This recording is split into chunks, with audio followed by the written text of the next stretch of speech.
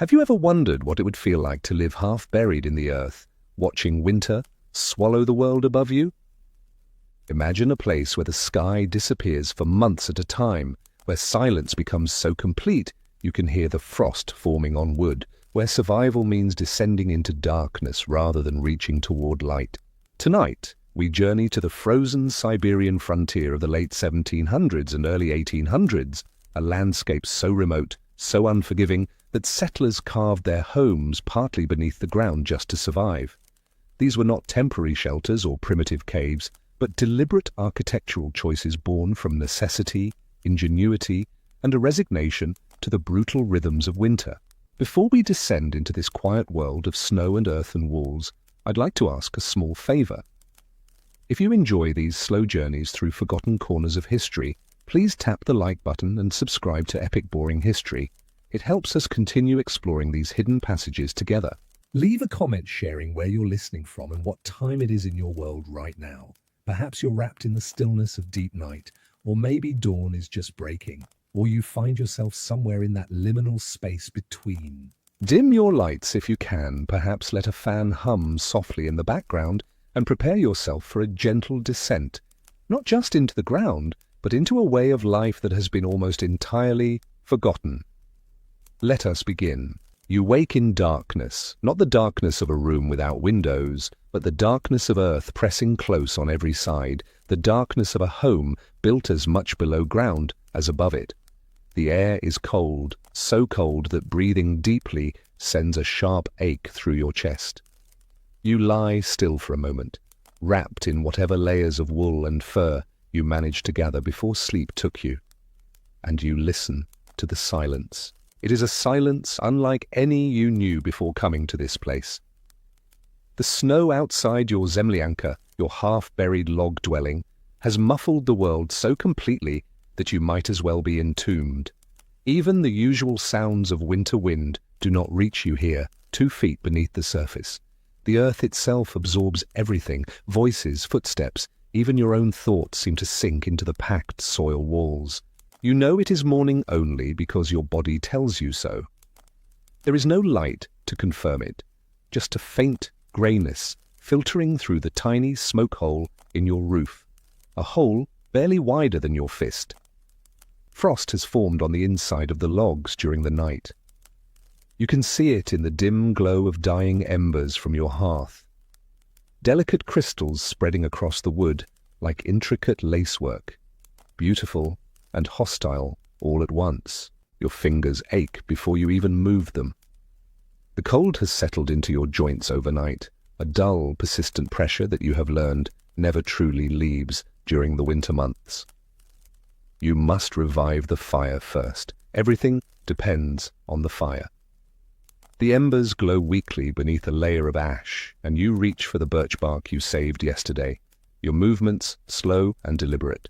Coaxing flame from nearly dead coals is a skill you have practiced 10,000 times. You blow gently, steadily, watching the orange glow brighten and fade, until finally a small flame catches.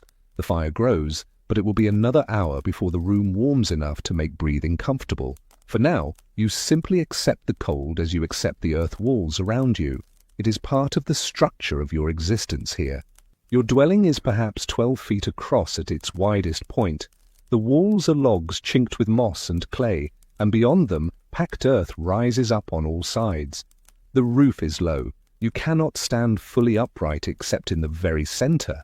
It is made of smaller logs laid across larger beams, then covered with birch bark, then sod, then snow. From the outside, your home is almost invisible, just a gentle mound in the landscape, a soft swelling in the snow, with smoke occasionally rising from its center. A stranger might walk past without noticing anything at all. This is intentional, of course. The earth walls hold heat far better than wood alone ever could, and the snow that accumulates on your roof becomes another layer of insulation. But it is also psychologically oppressive in ways you could not have anticipated. Living underground changes something in your relationship with time, with space, with the very sensation of being alive. The darkness is constant. Even at midday, when the sun is theoretically highest, only a weak grey light penetrates your dwelling. You have learned to do most tasks by feel rather than sight. Preparing food, mending clothes, sorting through stored goods, all of this happens in a perpetual twilight that makes hours feel like days and days feel like weeks. The smell is another constant. Damp earth, wood smoke, unwashed wool, the metallic scent of cold that seems to have no source but is always present. Your nose stopped registering these smells as distinct weeks ago. Now they are simply the smell of home. Your family shares this space, your wife, your 2 children, your aging mother. 5 people in a room the size of a modest merchant storeroom. Privacy does not exist here. You sleep within arm's reach of each other. You eat from the same pot. You share the same air, the same darkness, the same cold. When someone is ill, everyone knows it immediately. When someone is angry or sad, there is nowhere to retreat, no door to close, no separate room to offer solitude. You have learned to read emotions through the smallest signs, the particular silence that means resentment, the subtle shift in breathing that signals anxiety, the way someone's hands move differently when they are afraid. This intimacy is both survival and burden. Outside, the world is white beyond measure. Snow covers everything to a depth that reaches your waist in places, deeper where it has drifted against the trees. The forest stretches endlessly in all directions, birch and pine and larch rising like dark pillars from the white ground, their branches heavy with accumulated snow that occasionally falls with soft, startling impacts. You have learned not to flinch at these sounds. Your settlement, if it can be called that, consists of perhaps 6 families, scattered across a distance of several miles.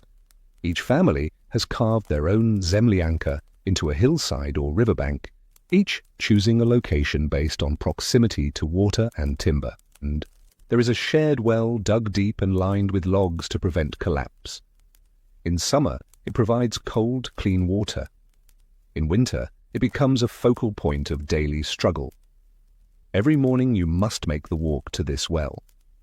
The path is worn into the snow by repeated passage, but each night new snow falls and obscures it slightly, so you must pay attention to the landmarks. A particular tree, a bent sapling, a large stone. The temperature is often 40 degrees below zero.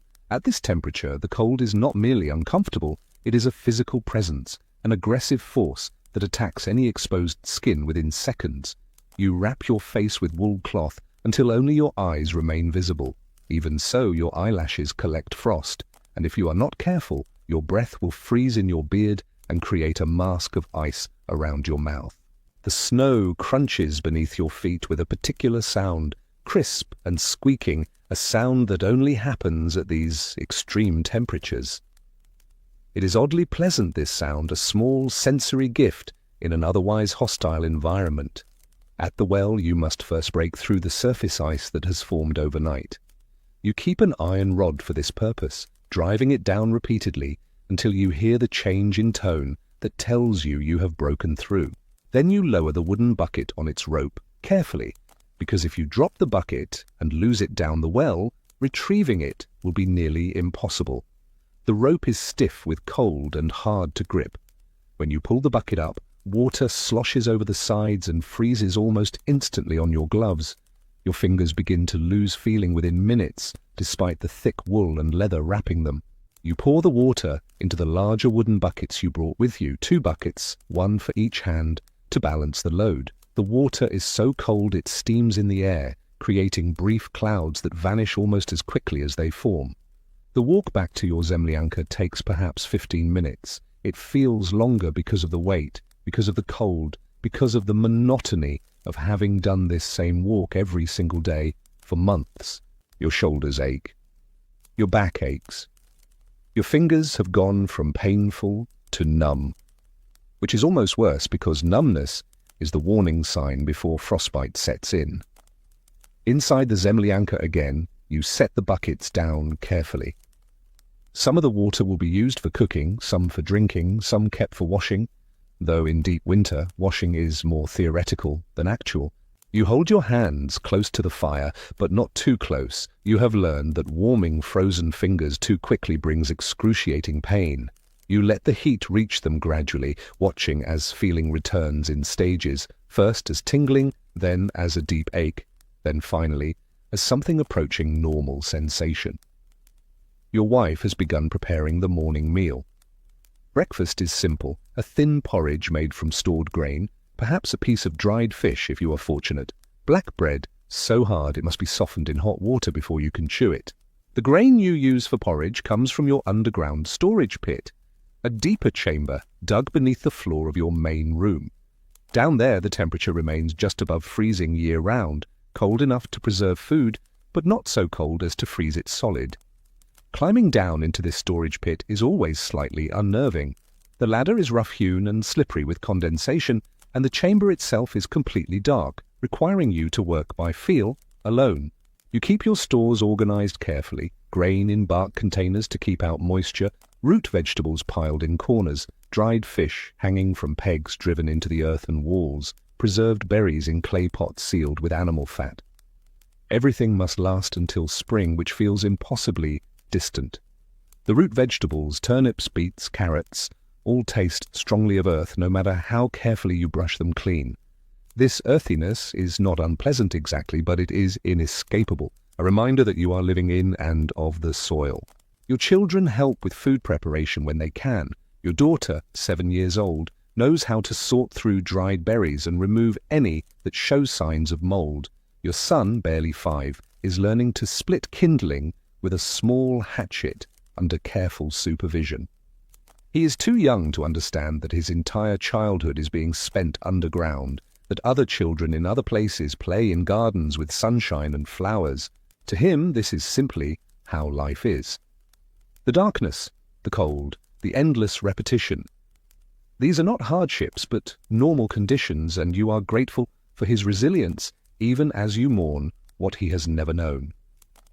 After the morning meal, there is the question of the animals. You keep 2 goats, and, if fortune has been with you, a cow, though maintaining a cow through a Siberian winter is an enormous challenge.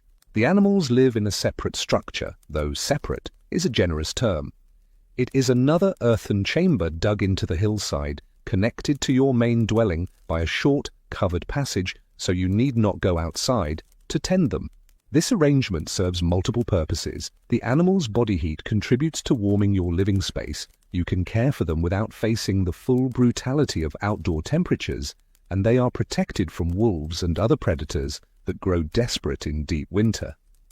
The architectural logic is sound, even if the result is a dwelling that smells perpetually of livestock.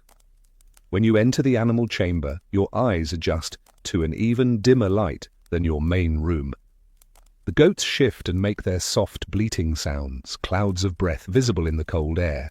The cow, if she survived this long into winter, stands with her characteristic patience, her large dark eyes reflecting the tiny amount of light that filters through cracks. She is gaunt. They are all gaunt by this point in the season, but still alive, still providing small amounts of milk that supplement your diet in ways you cannot afford to lose. You scrape away soiled straw from the floor and replace it with fresh material from your dwindling supply. The smell of manure mixes with the smell of hay and animal warmth, creating a particular atmosphere that is somehow both unpleasant and comforting. These creatures depend entirely on you for their survival, and you depend equally on them. Without their milk, their eventual meat, their hides and bones, you could not make it through winter. You carry hay to them, dry grass cut and stored during the brief summer months when the meadows briefly became accessible. The animals eat slowly, methodically, and you watch them for signs of illness or weakness. A sick animal in winter can mean the difference between survival and starvation. You have learned to notice subtle changes, the angle of an ear, the brightness of an eye, the rhythm of chewing. When you milk the goats, your fingers are still cold despite the fire's gradual warming of your main room. The milk comes in thin streams, less than there would be in summer, but enough. You carry the wooden bowl of milk carefully back through the connecting passage. Your wife will use some of it immediately, will save some for the children, will let some sit to separate so the cream can be skimmed and churned into butter. A laborious process in cold temperatures, but one that yields precious fat.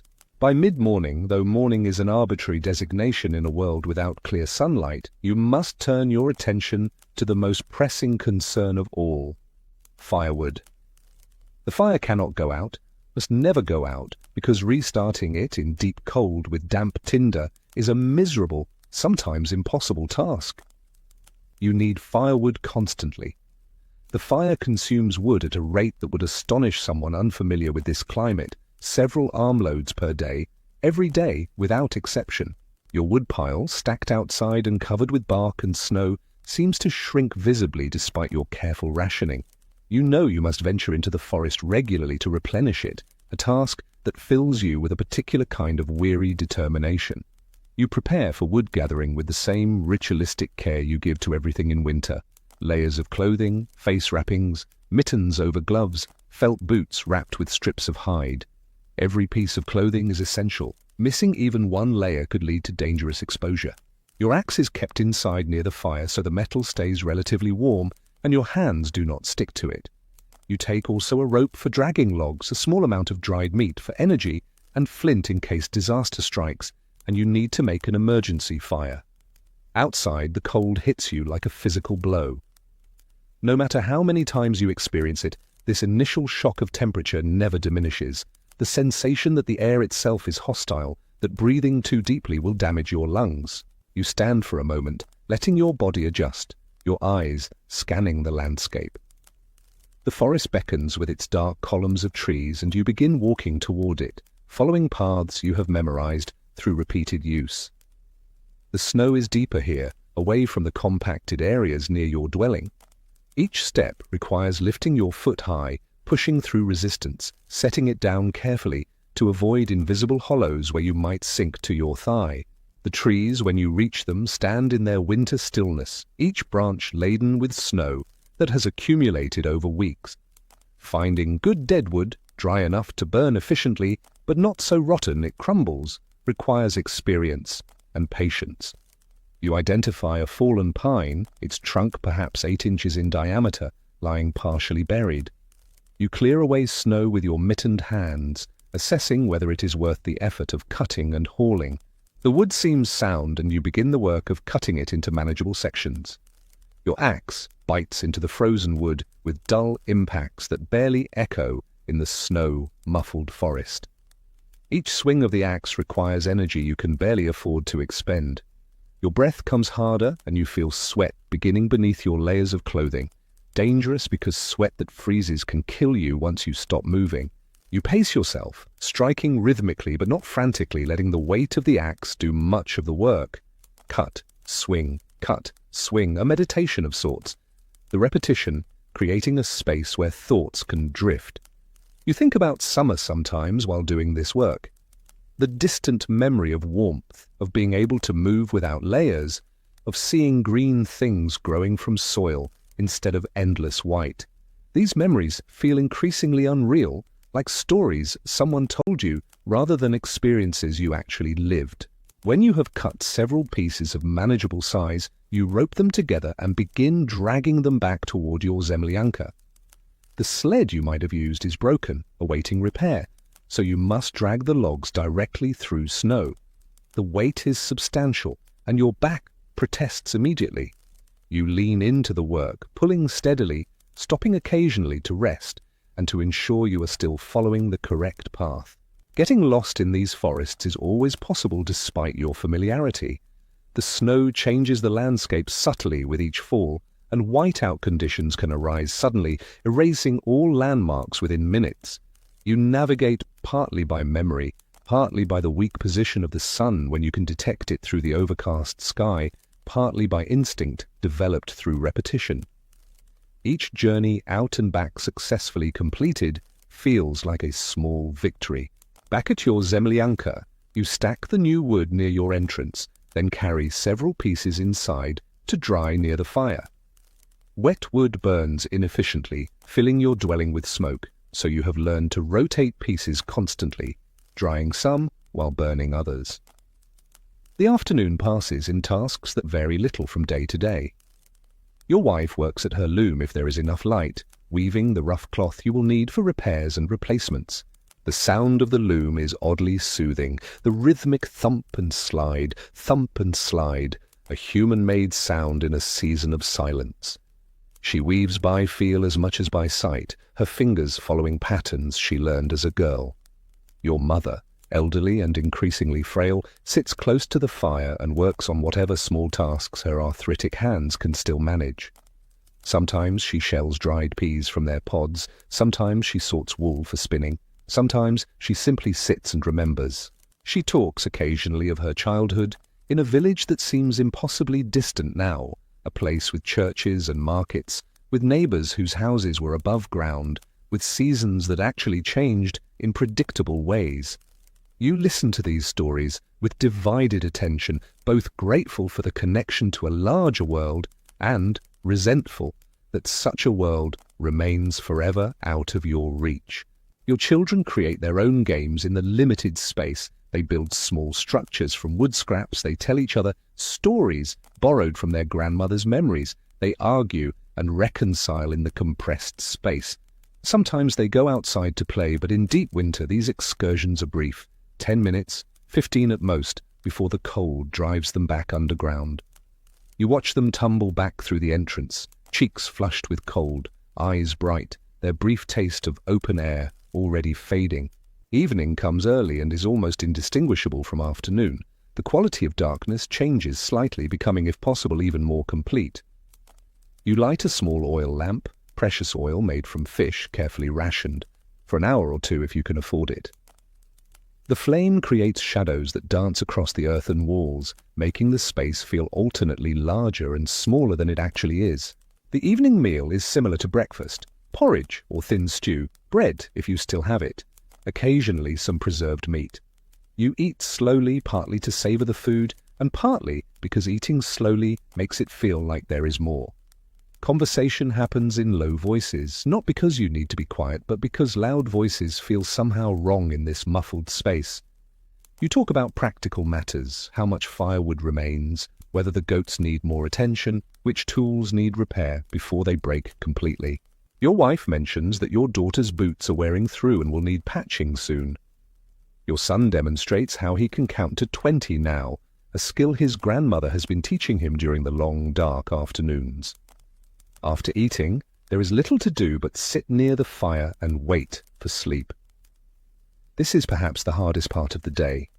These hours when work is done but sleep has not yet arrived, when you are left alone with thoughts that have nowhere productive to go. You think about the spring that will eventually come, though it seems impossible to believe in it fully. You think about the crops you will plant, the repairs you will make to your dwelling, the possibility of hunting fresh meat again. But spring feels more like a myth than a promise, something people claim exists but which you have no real evidence for. The winter has already lasted so long that it feels permanent, a fundamental condition of existence rather than a season that will pass. The fire burns lower. You add another piece of wood, watching the flames catch and grow, feeling the temporary increase in warmth against your face. Your children fall asleep first, curled together under their shared pile of furs and blankets. Their breathing becomes slow and regular, and you envy their ability to escape consciousness so completely. Your mother sleeps next, her snoring loud in the enclosed space. Your wife and you remain awake a while longer, not talking, simply existing in proximity. Eventually, you bank the fire carefully, covering the burning logs with ash to make them burn more slowly through the night, and you lie down in your own nest of bedding. The ground beneath you is hard, despite the layers of straw and cloth between your body and the packed earth floor. The cold begins creeping in immediately as the fire dies down. You pull the furs and blankets closer, but you know from experience that by morning you will wake cold no matter how carefully you prepare. You lie in the darkness and listen to the silence. Sometimes you hear snow sliding from the roof with a soft whisper. Sometimes you hear timbers creaking as they contract in the cold. Sometimes you hear nothing at all except the blood in your own ears. Sleep comes eventually, though not deeply. You remain partially aware throughout the night, monitoring the fire's status, listening for problems, ready to wake fully if needed. And then, eventually, you wake again in darkness. Not the darkness of a room without windows, but the darkness of earth, pressing close on every side. The air is cold, so cold that breathing deeply sends a sharp ache through your chest. You lie still for a moment, and you know without checking that it is morning only because your body tells you so. The rhythm of your days continues, each one nearly identical to the last, each one requiring the same tasks performed in the same order with the same weary determination. This is what it means to be a frontier settler in the Siberian winter of the early 1800s. Not adventure, not glory, not even particularly memorable suffering, just repetition, just cold, just the quiet struggle to remain alive until the possibility of warmth returns, if it returns, if the spring that everyone promises actually exists somewhere beyond this endless, white silence. Let us turn now from the general rhythm of settlement life to a single thread within that larger fabric, the story of one woman whose existence illuminates what these bare facts of survival actually meant when lived through a particular consciousness, in a particular body, across the span of years that transform a child into an elder. Maria Sidorovna was born in 1789 in a small village near Kazan, a place where the Volga River bent through farmland that had known cultivation for centuries.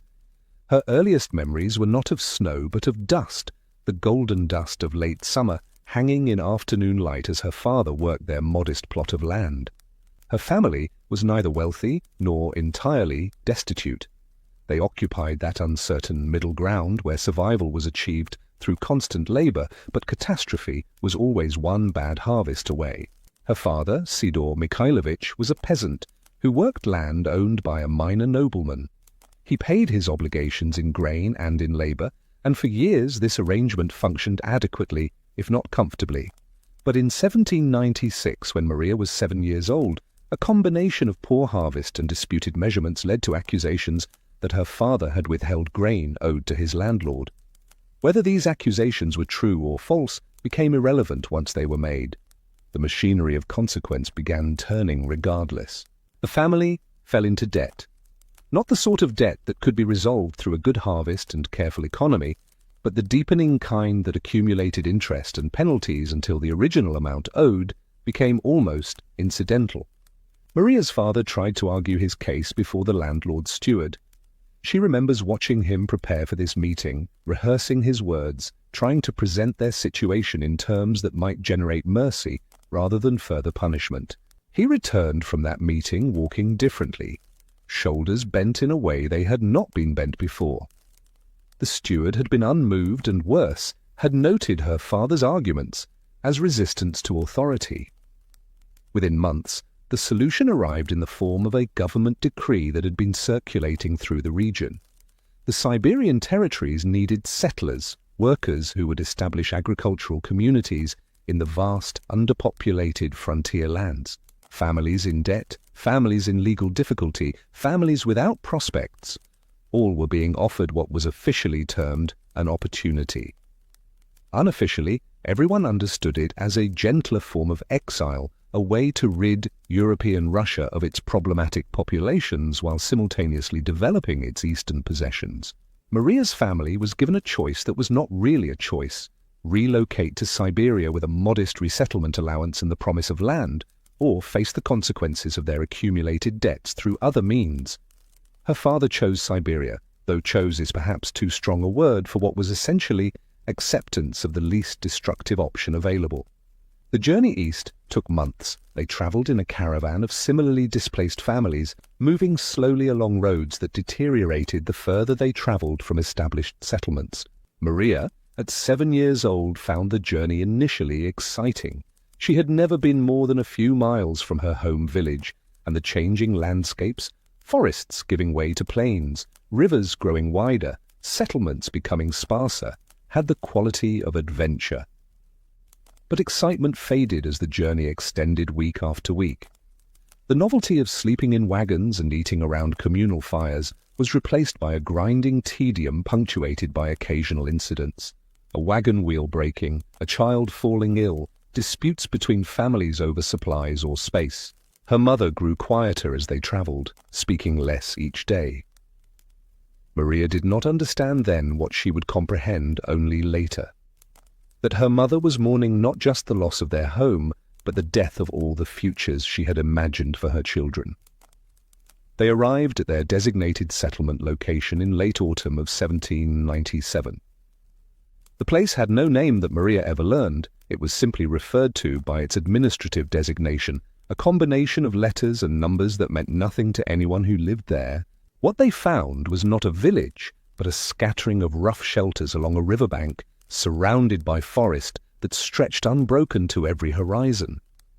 A few families had arrived before them, and a few more would arrive after, but the settlement would never grow beyond 12 or 15 households.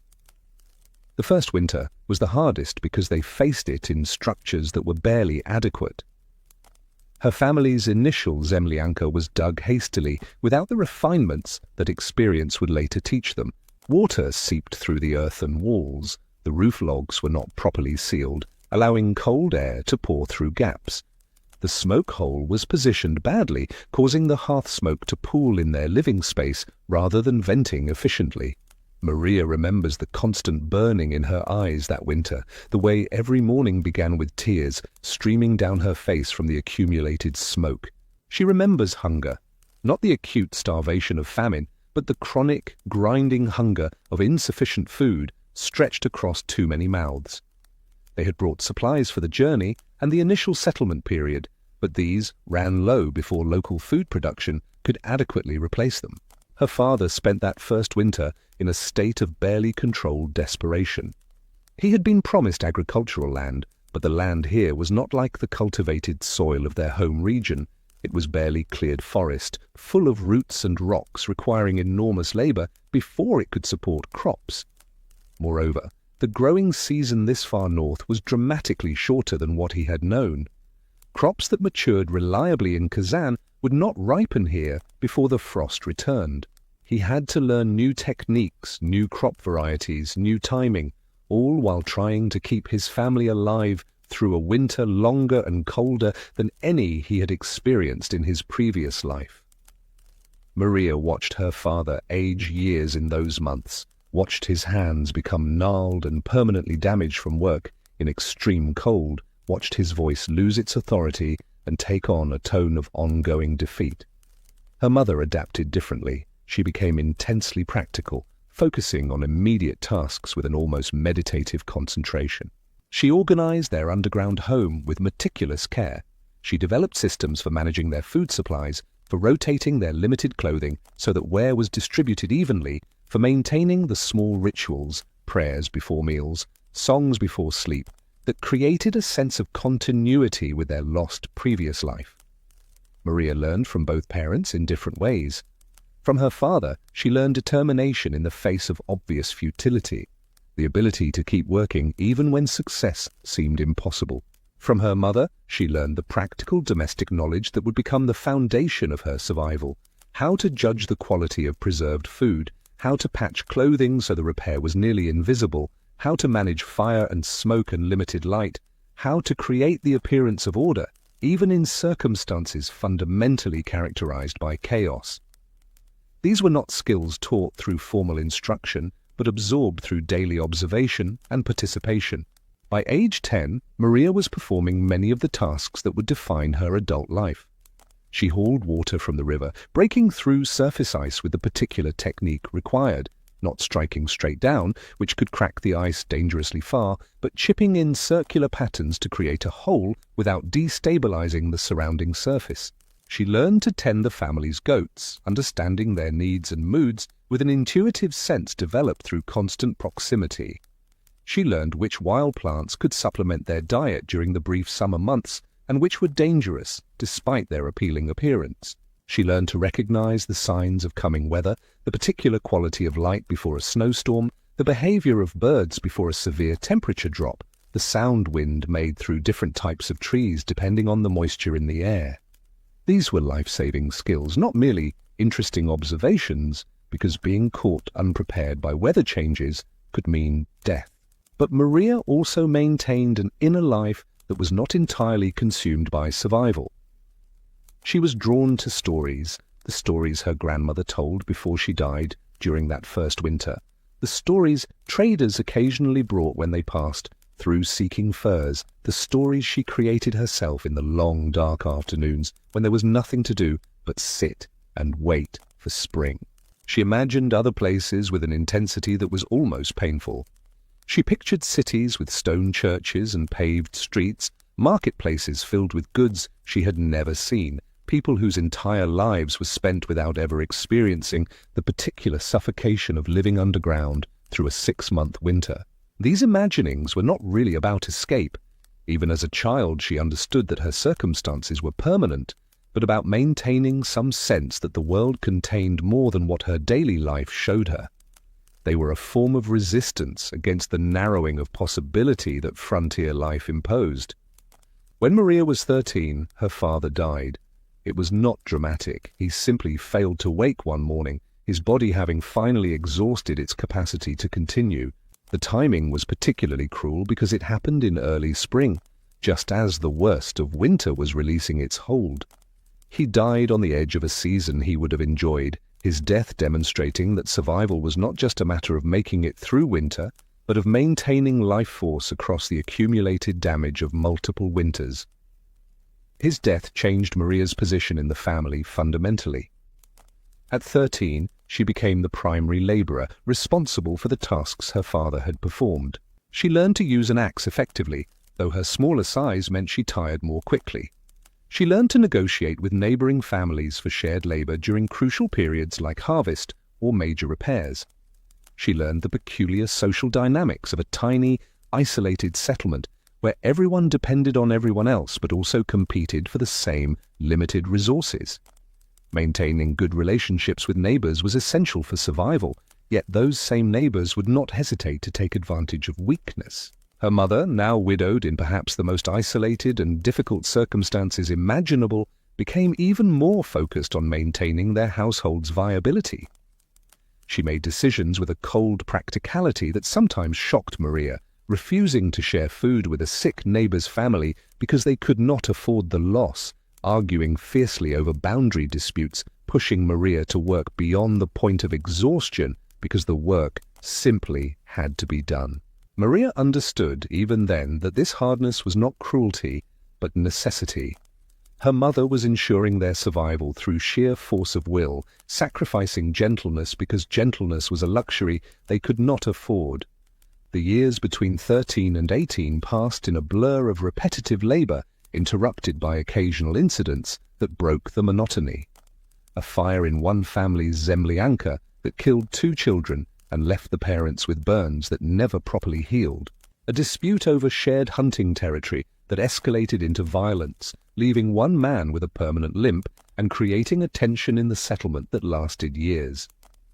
A summer of unusual warmth that allowed crops to flourish beyond expectation, creating a brief, almost giddy sense of prosperity, before the next winter returned them to familiar struggle.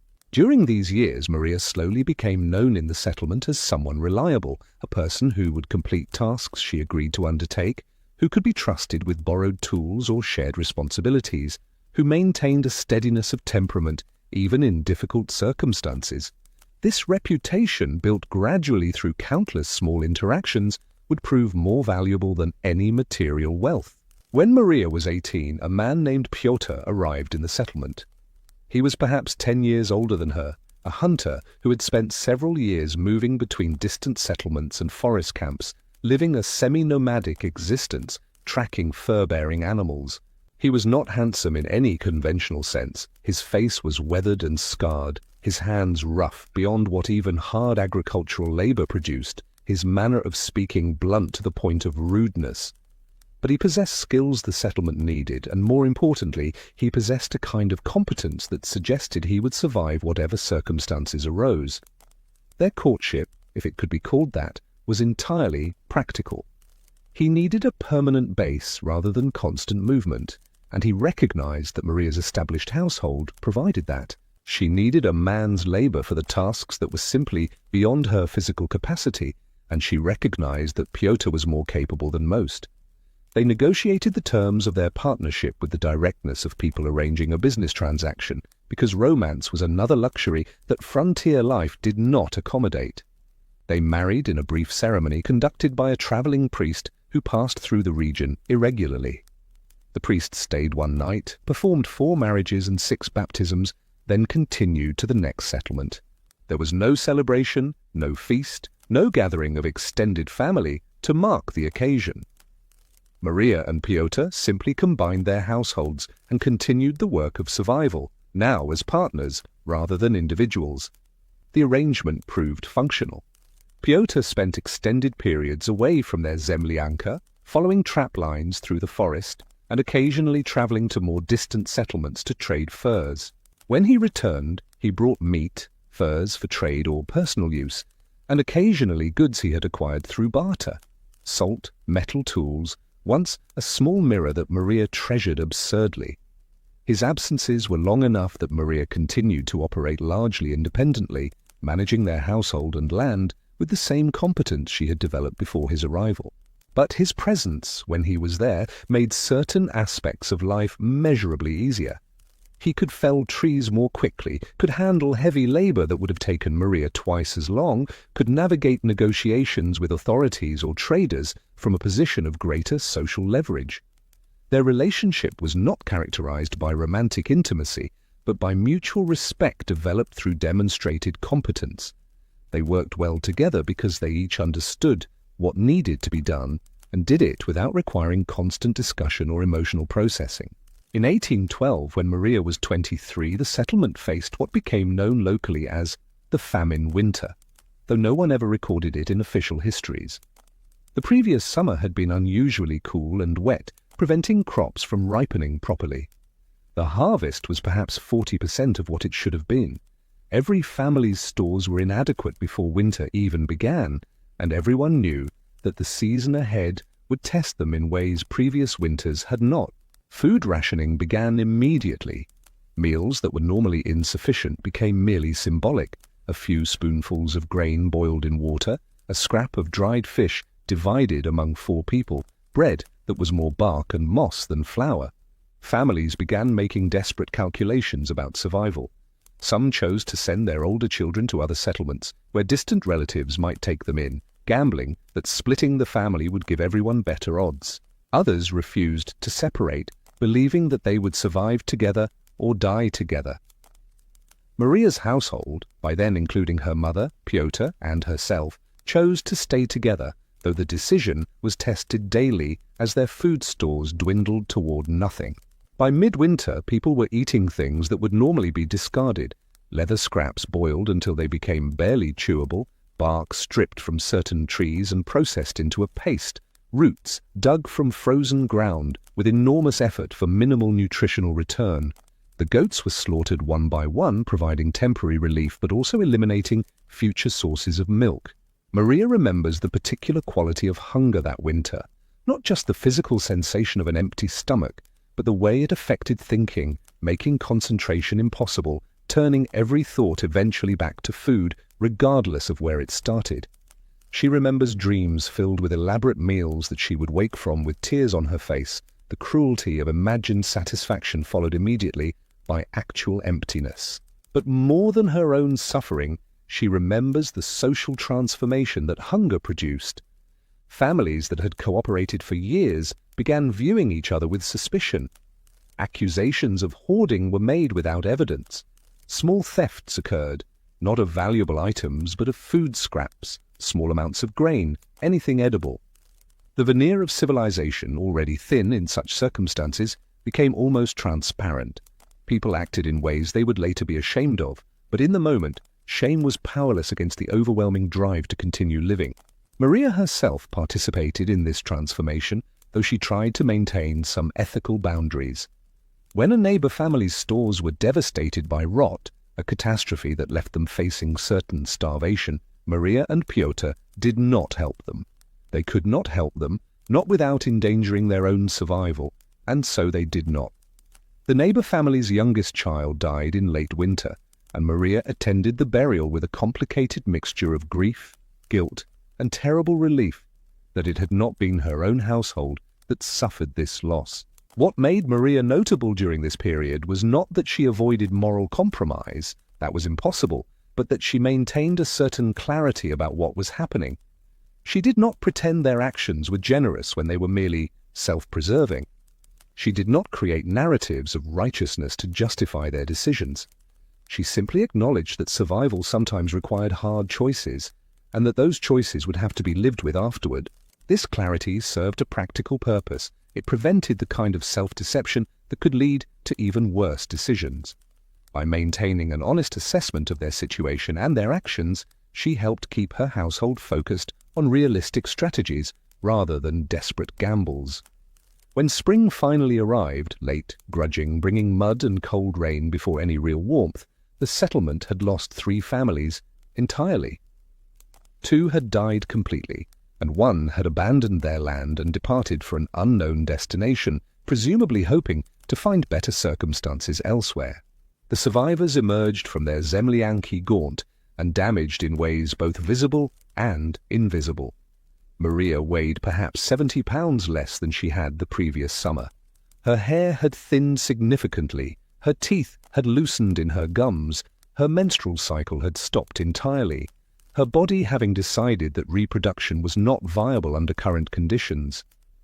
These physical markers of extreme privation would take months to recover from, and some effects would prove permanent. But the psychological effects were perhaps more significant. The settlement's social fabric had been torn during the winter, and the rips did not fully mend even when food became available again. Trust, once broken under extreme conditions, proved difficult to restore. People remembered who had refused help, who had been suspected of theft, who had argued over nothing because hunger made everyone irritable. Maria found that she looked at her neighbors differently now, seeing them not as community members, but as potential threats or potential resources depending on circumstances. She disliked this new way of seeing, but could not simply will herself back to her previous innocence. The summer of 1813 was spent in frantic activity, planting crops with what little seed they had saved, foraging for any edible plants, hunting and fishing with renewed intensity, trying to build stores that would prevent another catastrophic winter. The physical labor was enormous, but it was also psychologically welcome because it displaced the need to think too carefully about what they had experienced. Maria worked until her body simply refused to continue, then rested briefly and worked again. The summer became a blur of cultivation, preservation and preparation. Gradually, very gradually, the settlement began to recover some sense of normalcy. Bodies regained lost weight, though never quite returning to pre-famine condition. Social relationships were renegotiated, some becoming closer through shared trauma, others permanently damaged. Maria found herself part of an informal leadership group, not through any official appointment, but through the natural gravitational pull of competence and steadiness. Other women, particularly younger ones who had survived the famine as children, began coming to her for advice. How to preserve fish most efficiently, how to judge whether stored grain was still safe to eat, how to manage limited resources across a full winter, how to make decisions about rationing when there were no good options. Maria shared what she knew, but she was also honest about the limitations of her knowledge.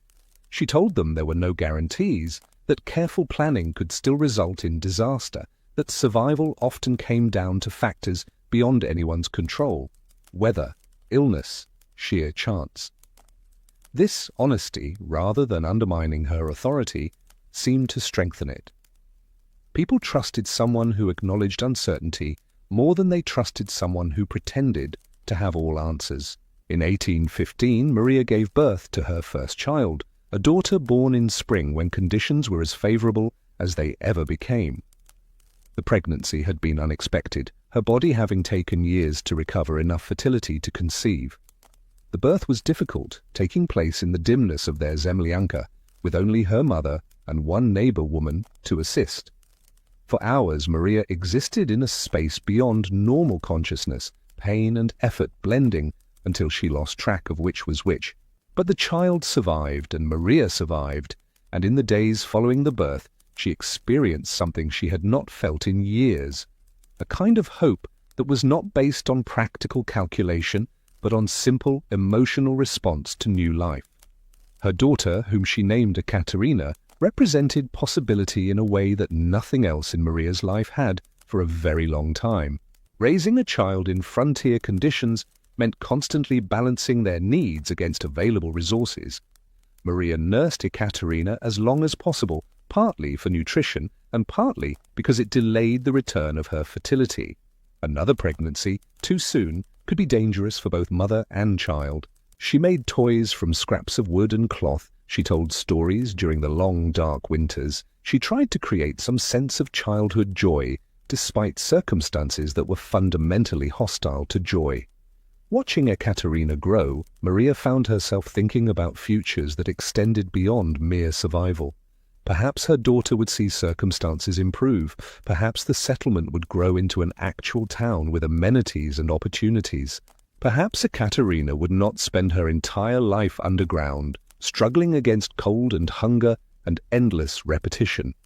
These were fragile hopes, easily shattered by realistic assessment, but Maria allowed herself to maintain them anyway. 2 more children followed, a son in 1817 who lived only 6 months before succumbing to winter illness, and another daughter in 1819 who survived and was named Anna. Each pregnancy was a risk, each birth a trial, each infant a mixture of joy and additional burden. Maria's body bore the marks of multiple pregnancies and years of hard labor, her frame permanently altered, her health compromised in ways that became increasingly apparent as she aged. But the children also provided motivation for continued effort, and a sense that her life had meaning beyond simple persistence. Pyotr continued his pattern of extended absences and periodic returns. His hunting and trapping provided essential resources, but his presence in his children's lives was minimal. He was not cruel or neglectful by the standards of their time and place, but he was also not present in ways that created emotional bonds. The children knew him as the person who occasionally appeared with gifts and stories, not as a constant parenting figure. This arrangement was normal for frontier households where men's labor often required mobility, while women's labor centered on maintaining stable households. Maria did not resent it exactly, but she also recognized that she was raising her children essentially alone despite being married.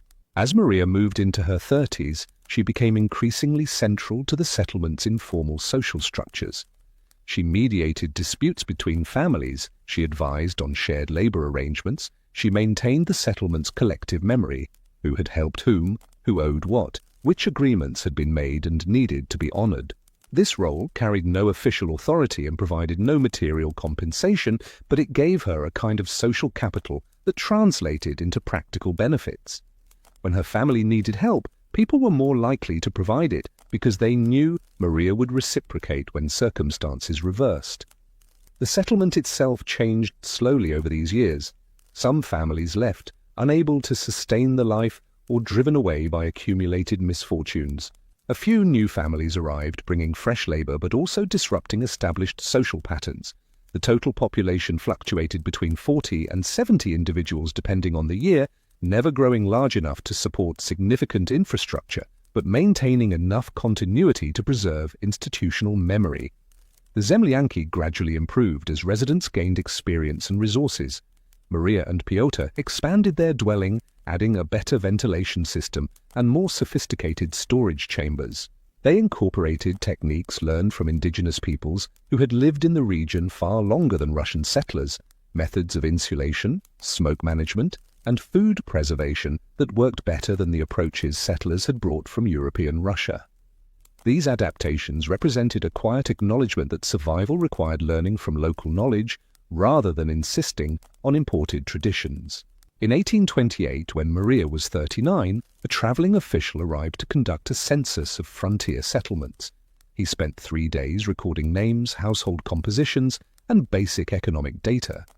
Maria, as one of the settlement's more articulate residents, was interviewed at length. The official asked her about her life, her family's history, her observations about settlement conditions.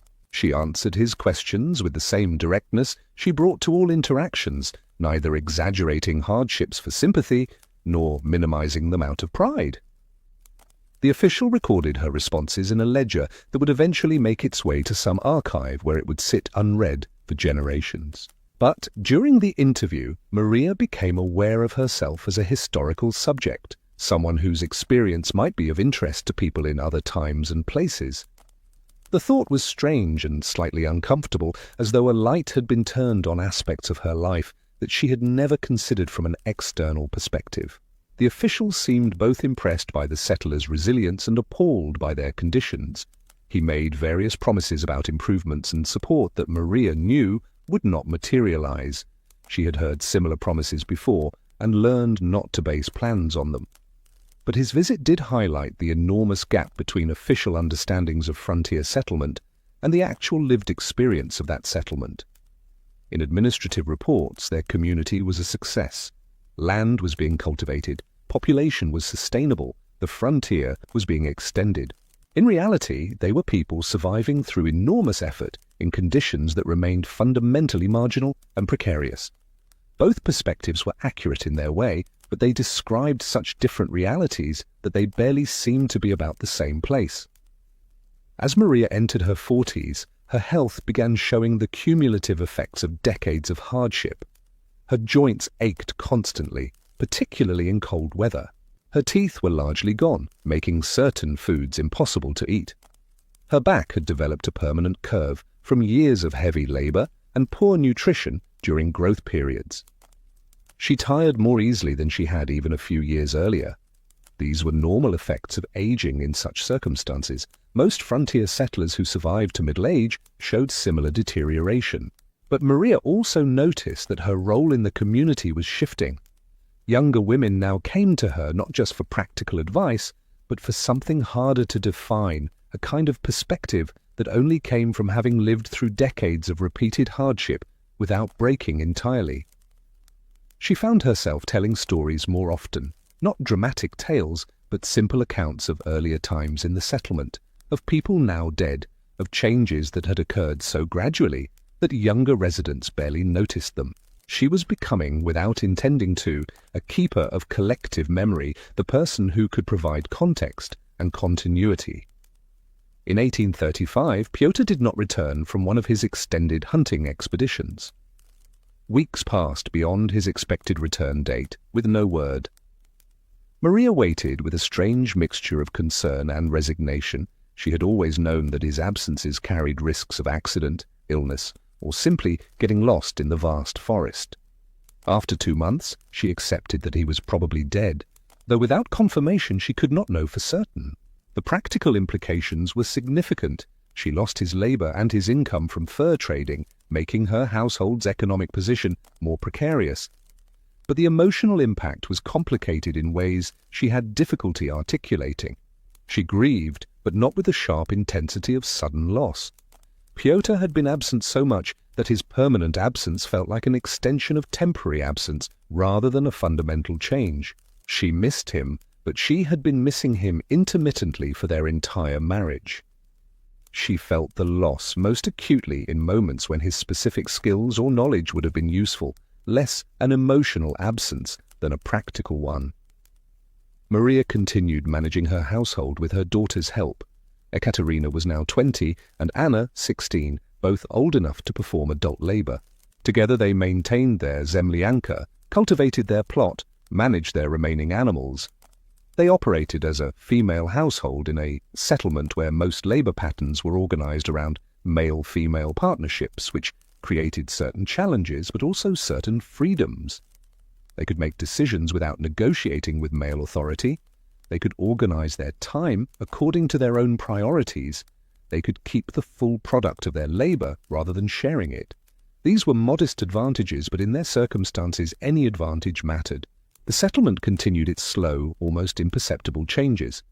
A few families achieved modest prosperity through successful fur trading or unusually good harvests. Others slipped into poverty so extreme they became dependent on community charity. The gap between the most and least successful households widened, creating new social tensions. Maria watched these dynamics with the detached interest of someone who had learned that circumstances could change rapidly in either direction, and that treating temporary advantages as permanent was foolish.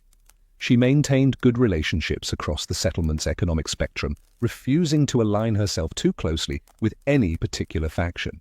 This neutrality required constant subtle work, helping some families, declining to help others, navigating disputes without taking sides that would create permanent enemies. It was exhausting in its way, but it was also necessary for maintaining her household's position.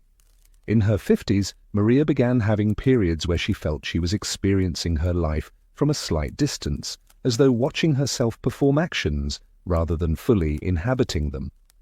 This was not unpleasant exactly, but it was disorienting. She wondered sometimes whether this was simply what aging felt like, or whether decades of repetitive hardship had created some kind of protective dissociation. She did not dwell on these questions. Introspection was another luxury her life did not accommodate.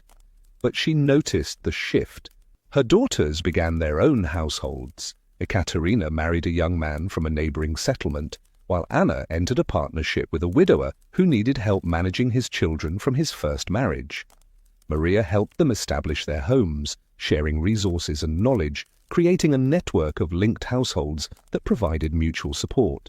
She lived now with her elderly mother, who had somehow survived into her 80s despite conditions that killed most people far younger. They shared their zemlyanka, two women who had lived through the same events but experienced them differently, their relationship characterized by long familiar silences and occasional sharp conflicts that dissipated as quickly as they arose. Maria's life settled into a pattern that felt, if not comfortable, at least stable.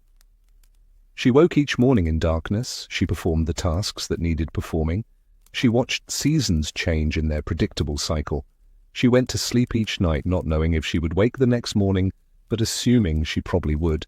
She had become the person younger settlers came to for guidance, the person officials consulted when they needed information about settlement history or conditions. She had become, without intending to, a minor figure of authority in a place that barely registered in any official consciousness. When Maria was 63 in the spring of 1852, she noticed that waking had become harder, not more painful exactly, but requiring more deliberate effort. She felt that she was moving through water, that everything took more time and more energy than it should. She recognized these sensations as warning signs that her body was beginning its final decline. She did not panic or grieve. She had lived long enough to have reached old age in frontier conditions, which was itself a kind of achievement.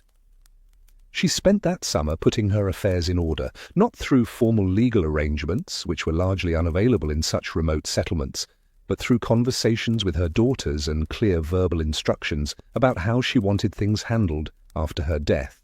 She worked through the summer as she always had, but with a new sense of finality, of completing rather than continuing. As autumn arrived and the cold began returning, Maria found herself reflecting on the strange shape her life had taken. She had been born in one world and had lived her entire adult life in another. She had survived conditions that should have killed her multiple times over. She had raised children in circumstances that were fundamentally hostile to childhood. She had maintained dignity and humanity in a context that constantly threatened to strip both away. She had become a kind of anonymous monument to endurance, her specific experiences representing patterns that thousands of other settlers had also lived through, most of them equally unnamed and unremembered. Maria died in early winter of that year, in the zemlyanka she had lived in for most of her adult life. Her death was quiet. She went to sleep and did not wake, her body simply deciding that it had done enough. Her daughters buried her in the small settlement cemetery, a plot of ground on a hillside where the soil was easier to dig. There was no marker beyond a simple wooden cross that would rot and disappear within a few years. But the people who knew her remembered not just her life, but what her life represented. The possibility of maintaining humanity in inhuman circumstances, of continuing when continuation seemed impossible, of finding small dignities in daily routine, even when those routines were defined by hardship and repetition and endless cold pressing down from above. Maria Sidorovna's life was not exceptional by frontier standards. Thousands of women lived similar lives in similar conditions during the long expansion of Russian settlement into Siberia. But her ordinariness is precisely what makes her story valuable. She shows us what it actually meant to be a frontier settler, not in terms of dramatic moments or heroic achievements, but in terms of daily survival across the span of a lifetime. She shows us that most history is made by ordinary people doing ordinary things under extraordinary pressure, people whose names are never recorded, but whose collective endurance shapes the world in ways that are easy to overlook, but impossible to dismiss. Let us drift now from the particular to the puzzle, from individual lives to the strange archaeological questions that emerge when we examine the physical traces these settlers left behind. The Zemlyanki themselves, those half-buried structures that defined frontier existence, hold mysteries that archaeologists and historians are still working to understand fully. When excavations began in the mid-20th century at sites of abandoned Siberian settlements, researchers expected to find relatively uniform structures, simple dugouts that followed predictable patterns based on practical necessity.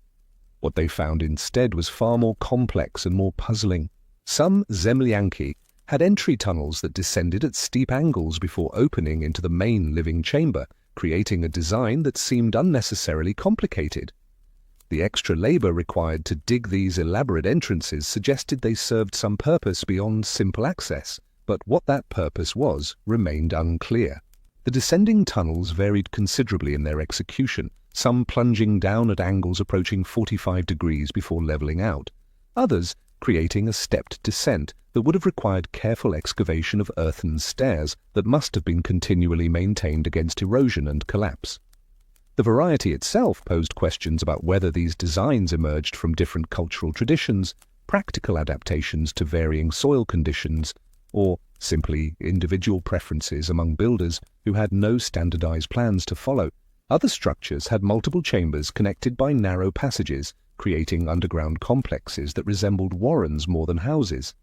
These were not expansions added over time, but deliberate original designs, their complexity suggesting planning and intention that went beyond improvisation. The multi-chambered designs showed evidence of careful engineering, with support posts positioned to bear weight loads and passages angled to facilitate drainage of moisture that inevitably accumulated in underground spaces. The effort required to create these subterranean networks was substantial, suggesting that the residents anticipated remaining in place long enough to justify the investment of labor, an expectation that was sometimes fulfilled and sometimes disappointed as settlements grew or were abandoned. The most perplexing feature of many Zemlyanki was their smoke ventilation systems. Simple logic would suggest that smoke holes should be positioned at the highest point of the roof to allow heat and smoke to escape efficiently. But archaeologists found ventilation shafts positioned at odd angles, sometimes running horizontally for several feet before turning upward, sometimes branching into multiple smaller channels, sometimes aligned with what appeared to be celestial directions, due south or positioned to face the winter sunrise. These designs required significantly more labor to construct than straightforward vertical shafts would have demanded. The horizontal sections of ventilation channels were particularly puzzling because they seemed to contradict basic principles of convection, yet when tested in experimental reconstructions, they often created surprisingly effective draft systems that drew smoke out efficiently while preventing downdrafts that could fill living spaces with suffocating fumes. The channels sometimes incorporated clay or stone baffles that appeared to regulate airflow in ways that suggested sophisticated understanding of fluid dynamics, though this knowledge was clearly empirical rather than theoretical, learned through observation and experimentation rather than through any formal education in physics. Some researchers initially theorized these complicated ventilation systems were simply mistakes, the result of inexperienced builders trying different approaches until something worked. But the patterns appeared too consistently across too many sites to be random experimentation. Moreover, when archaeologists tested reconstructions of these unusual smoke channels, they often found they worked remarkably well, sometimes better than simpler designs would have in the same conditions. The settlers had clearly understood something about airflow and heat management that was not immediately obvious to modern observers. The realization that frontier builders possessed specialized knowledge that contemporary researchers had to rediscover through scientific testing humbled some of the early assumptions about these settlements as primitive or improvised. The structures revealed themselves to be sophisticated responses to environmental challenges, embodying accumulated wisdom that had been refined through trial and error across generations and transmitted through demonstration and practice rather than through written manuals or formal instruction. One site in particular captured researchers' attention, a cluster of 7 zemlyanki discovered in the 1970s near the Lena River. All 7 structures shared similar unusual features: entrance tunnels that curved rather than proceeding in straight lines, interior walls that had been carefully smoothed and in some cases covered with birch bark arranged in geometric patterns, and smoke vents that seemed to align with the position of sunrise during winter solstice. The curved entrance tunnels served no obvious practical purpose. Straight tunnels would have been easier to dig and maintain, yet all 7 structures incorporated this feature, suggesting it held significance beyond mere utility.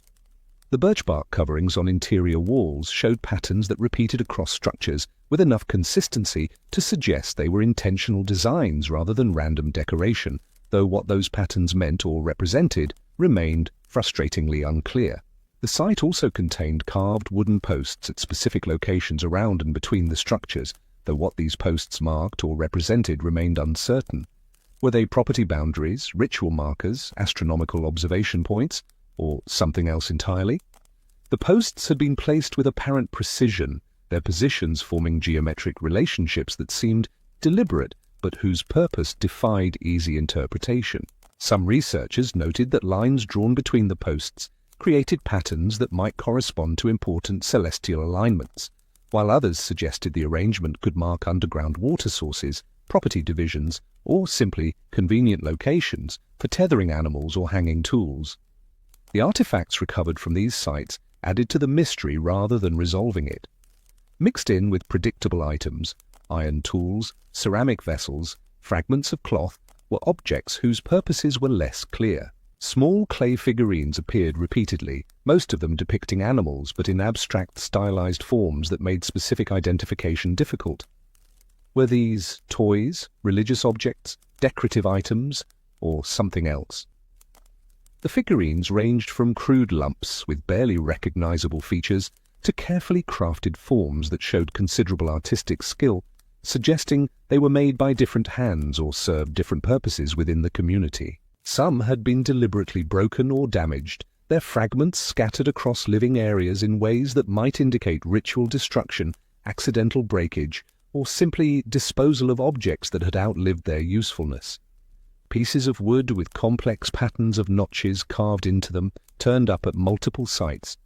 Some researchers interpreted these as tally sticks for keeping track of supplies or recording time. Others suggested they might be calendars marking important dates or seasons. Still others proposed they could be mnemonic devices for remembering oral traditions or songs. The notches followed patterns that seemed systematic rather than random, repeated sequences, regular spacing, occasional special marks that stood out from the standard cuts, but without a key to decode them, they remained ambiguous texts whose content could only be guessed at. The very existence of such marked objects demonstrated that settlers felt the need to record or track something systematically, that they were not simply living from day to day without longer-term planning or memory keeping. The objects themselves provided no definitive answers. They were simply marked wood, their meaning dependent entirely on how they had been used, and that use had died with the people who made them. This ambiguity is characteristic of archaeological evidence generally, but it feels particularly acute when studying populations that left almost no written records. Perhaps most intriguing were the birch bark containers found in storage chambers.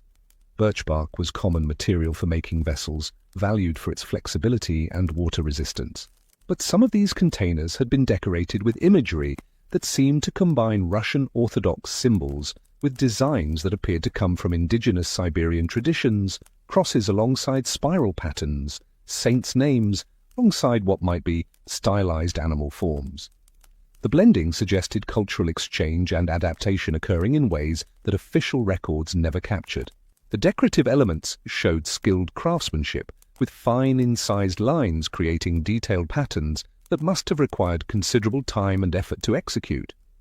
The fact that such care was lavished on humble storage containers suggested that aesthetic expression was important enough to merit investment of labor, even in purely functional objects, that the impulse to create beauty persisted even in conditions where survival demanded most of people's energy and attention. Archaeological evidence of indigenous influence on settler architecture became impossible to ignore as more sites were studied. The basic concept of the zemlyanka, a partially underground dwelling, was not originally Russian. Indigenous peoples across Siberia had been building similar structures for thousands of years, adapting them to specific local conditions and cultural preferences. When Russian settlers arrived, they initially tried to build the above-ground log houses they had known in European Russia. These structures failed repeatedly in Siberian conditions, requiring too much wood, losing too much heat, vulnerable to extreme winds, difficult to maintain through long winters. Settlers who survived were those who learned from indigenous neighbors, adopting and adapting underground building techniques that had been refined over generations. The failure rate of traditional Russian structures in Siberian conditions was catastrophic enough that documentary evidence occasionally mentions it, with reports of settlers freezing to death in houses that could not maintain livable temperatures or structures collapsing under snow loads they were never designed to bear. The adoption of underground building techniques represented not just practical adaptation, but survival necessity, a fundamental reorientation from imported knowledge to local expertise. The influence went beyond basic structure to include specific construction techniques. The use of turf as insulation, the strategic placement of storage pits to take advantage of naturally cold underground temperatures, the methods for preventing moisture seepage through earthen walls, all of these appeared to incorporate indigenous knowledge. Some zemlyanki showed evidence of construction techniques that were clearly indigenous in origin, such as the use of willow withes woven through vertical posts to create flexible walls that could withstand ground movement during freeze-thaw cycles. This technique had no precedent in Russian building traditions, but was common among indigenous Siberian peoples. The willow weaving technique demonstrated sophisticated understanding of materials and forces. The flexible withes could bend and shift without breaking as the ground expanded and contracted with temperature changes, while rigid walls would crack and fail under the same stresses. The transmission of this knowledge from indigenous builders to Russian settlers must have involved direct instruction and demonstration, moments of cross-cultural teaching that left no written record but whose results are visible in the archaeological remains. The cultural exchange seems to have operated in both directions, though the evidence for this is more fragmentary. Some archaeological sites that were clearly indigenous showed incorporation of Russian tools and construction elements: iron nails instead of wooden pegs, ceramic stoves alongside traditional hearths, glass beads and metal buttons mixed with traditional ornaments. These exchanges were happening at an informal, individual level, person to person, family to family, driven by practical necessity and geographic proximity rather than by any official policy or organized cultural program. They represent a kind of history that leaves traces in material culture but rarely appears in written documents. The bidirectional nature of exchange challenges simple narratives of cultural dominance or resistance, revealing instead a more complex reality where people borrowed, adapted, and integrated elements that seemed useful while maintaining aspects of their own traditions they valued. The archaeological evidence suggests pragmatism rather than rigid adherence to cultural purity on any side. People used what worked, regardless of its origins. Researchers have tried to understand indigenous perspectives on these interactions through oral histories collected much later, though these accounts come with their own interpretive challenges. Some indigenous accounts describe Russian settlers as difficult neighbors, taking land, disrupting hunting territories, bringing diseases. But other accounts acknowledge periods of cooperation and mutual aid, times when indigenous knowledge helped settlers survive, and settler goods provided items indigenous peoples found useful. The reality was likely complex and variable, changing across time and location, never fitting neatly into simple narratives of conflict or cooperation. The oral histories, collected decades or even centuries after the initial contact periods, are filtered through subsequent experiences and historical developments that colored how earlier interactions were remembered and recounted. Yet they provide perspectives absent from Russian written records, reminding us that every historical encounter involved multiple viewpoints and that the traces settlers left behind existed within larger networks of indigenous presence and knowledge that preceded them and continued around them. The question of why certain zemlyanka designs proliferated while others disappeared remains partially mysterious. Some architectural features spread through the settler population rapidly, suggesting they worked well enough that people copied them. Other features appeared at a few sites, then vanished from the archaeological record, possibly because they proved impractical or because the knowledge of how to construct them was not successfully transmitted. The pattern of architectural diffusion reveals a kind of experimental process happening across generations, trying approaches, keeping what worked, abandoning what didn't. The spread of successful designs must have occurred through observation and conversation, with travelers and traders carrying news of innovations that proved effective in particular conditions. A successful ventilation system design could spread across hundreds of kilometers as people shared information about what worked in their own structures, while failed experiments were quietly abandoned and forgotten, leaving only occasional archaeological traces of approaches that were tried and discarded. But some design elements persisted even though their practical benefits were not obvious. The alignment of certain structures with astronomical features falls into this category. Researchers have documented multiple sites where smoke holes or entrance tunnels align with significant solar events, solstices or equinoxes. Maintaining these alignments required extra effort during construction and provided no clear practical advantage. The astronomical alignments were precise enough that they could not be attributed to chance. The probability of random construction producing such consistent orientations was vanishingly small. Yet the effort to achieve these alignments was considerable, requiring careful observation of the sun's path, planning construction to begin at specific times of year, and executing the work with enough precision that the final structure captured sunlight or aligned with sunrise at the intended moment. The alignments might have been purely practical, using celestial events as calendars to help track the passing of seasons. Or they might have held cultural or ritual significance that we can no longer access because the meanings died with the people who created them, or possibly both. Practical orientation could have acquired ritual significance over time, or ritual practices could have been justified through practical benefits. The archaeological evidence alone cannot distinguish between these possibilities. The ambiguity reflects a fundamental challenge in interpreting material remains without access to the beliefs and explanations that animated their creation. We see the choices people made, where to position an opening, how to orient a structure, but the reasoning behind those choices remains opaque unless it was recorded in writing or preserved in oral tradition, neither of which survived for these particular communities.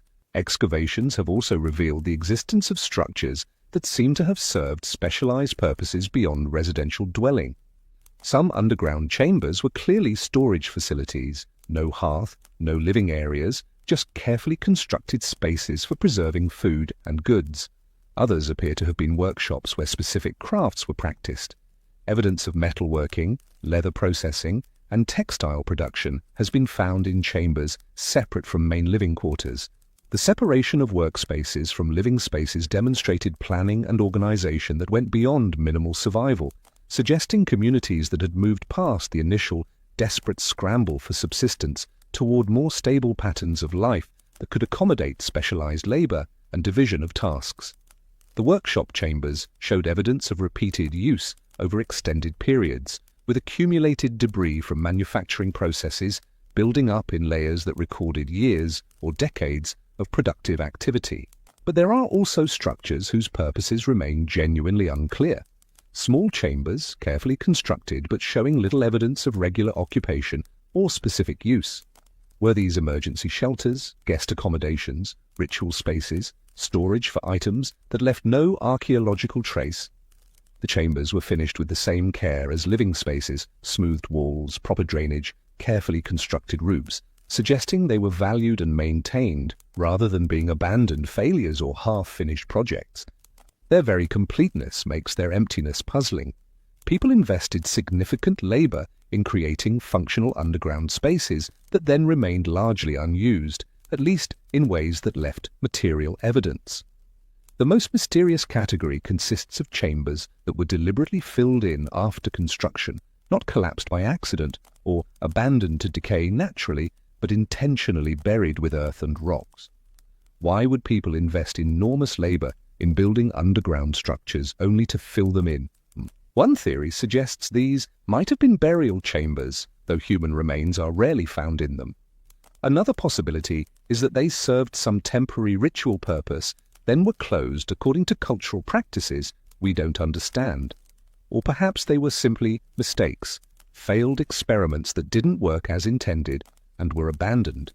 Without written records or oral histories specific to these sites, we are left with structures that pose questions they cannot answer. The deliberate filling shows organization and effort. The earth and rocks used to fill the chambers had to be transported and packed carefully to completely fill the spaces, suggesting that closure was purposeful rather than casual. Whatever motivated the filling, it was important enough to warrant considerable labor, which deepens rather than resolves the mystery of why these chambers were created in the first place. The recovery of organic materials from some sites has provided glimpses of daily life that complement the architectural evidence. Preserved in cold, dry conditions, fragments of clothing, rope, and basketry reveal craftsmanship that combined Russian and indigenous techniques. Boots made from reindeer hide using indigenous methods but cut in Russian styles. Rope twisted from materials and in patterns that drew on both traditions.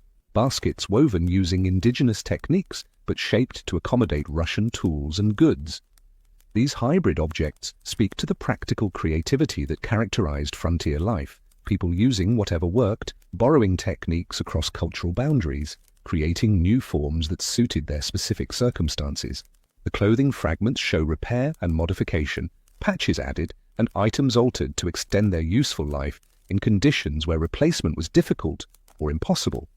Some garments had been repaired multiple times with whatever materials were available, creating patchworks that combined Russian cloth with animal hides, imported thread with plant fibers, demonstrating resourcefulness born of necessity. Food remains tell stories about survival strategies and cultural adaptation. The expected grains and domesticated animal bones appear alongside evidence of extensive foraging and hunting, remains of fish, wild birds, small mammals, and plant materials that settlers learned to exploit. Some food preparation techniques clearly came from indigenous traditions, particular methods of drying fish, ways of processing certain plants to make them edible, strategies for extracting maximum nutrition from animal carcasses. Survival in these conditions required learning and adapting, not rigid adherence to imported traditions. The diversity of food remains suggests diets that were opportunistic and varied, making use of whatever was available in different seasons, rather than relying on stable supplies of preferred foods. The remains of plant materials show knowledge of which local plants were edible or useful, knowledge that could only have been acquired from indigenous peoples who had been exploiting these resources for generations. The settlement patterns themselves present puzzles. Why did some locations attract multiple families while others supported only isolated households? Proximity to water and timber was obviously important, but sites with apparently similar access to resources showed very different levels of occupation. Social factors must have played a role: kinship networks, conflict dynamics, reputation of particular areas, but these factors leave little archaeological trace. Some settlements were clearly organized, with structures arranged in patterns that suggest planning and coordination. Others appear almost random, scattered across landscapes with no obvious organizing principle. The organized settlements often showed evidence of communal facilities, shared workspaces, common storage areas, larger gathering structures that implied cooperation and collective decision-making. The scattered settlements lacked such facilities, suggesting either different social organization or simply isolation that prevented the kind of coordination required for communal infrastructure. The organized settlements tended to be longer-lasting, appearing in the archaeological record across longer time periods, while the scattered settlements often showed brief occupation before abandonment. But whether organization led to stability or stability allowed, organization cannot be determined from physical evidence alone. The correlation between organization and longevity suggests that successful settlements required some degree of social cohesion and cooperative planning, that isolated families struggling independently were less likely to persist than groups that pooled labor and resources. Yet the direction of causation remains unclear. Did people organize because they intended to stay, or did organization enable staying? The question of communication between settlements adds another layer of mystery. These communities were separated by enormous distances, days or weeks of travel through difficult terrain. Yet archaeological evidence shows that goods, technologies, and probably information moved between them. Certain tool types appear at multiple sites, suggesting either common sources or transmission of manufacturing knowledge. Design elements in architecture spread across regions too large for coincidence. Stories and songs likely traveled along the same paths as goods and techniques, though these leave no physical trace.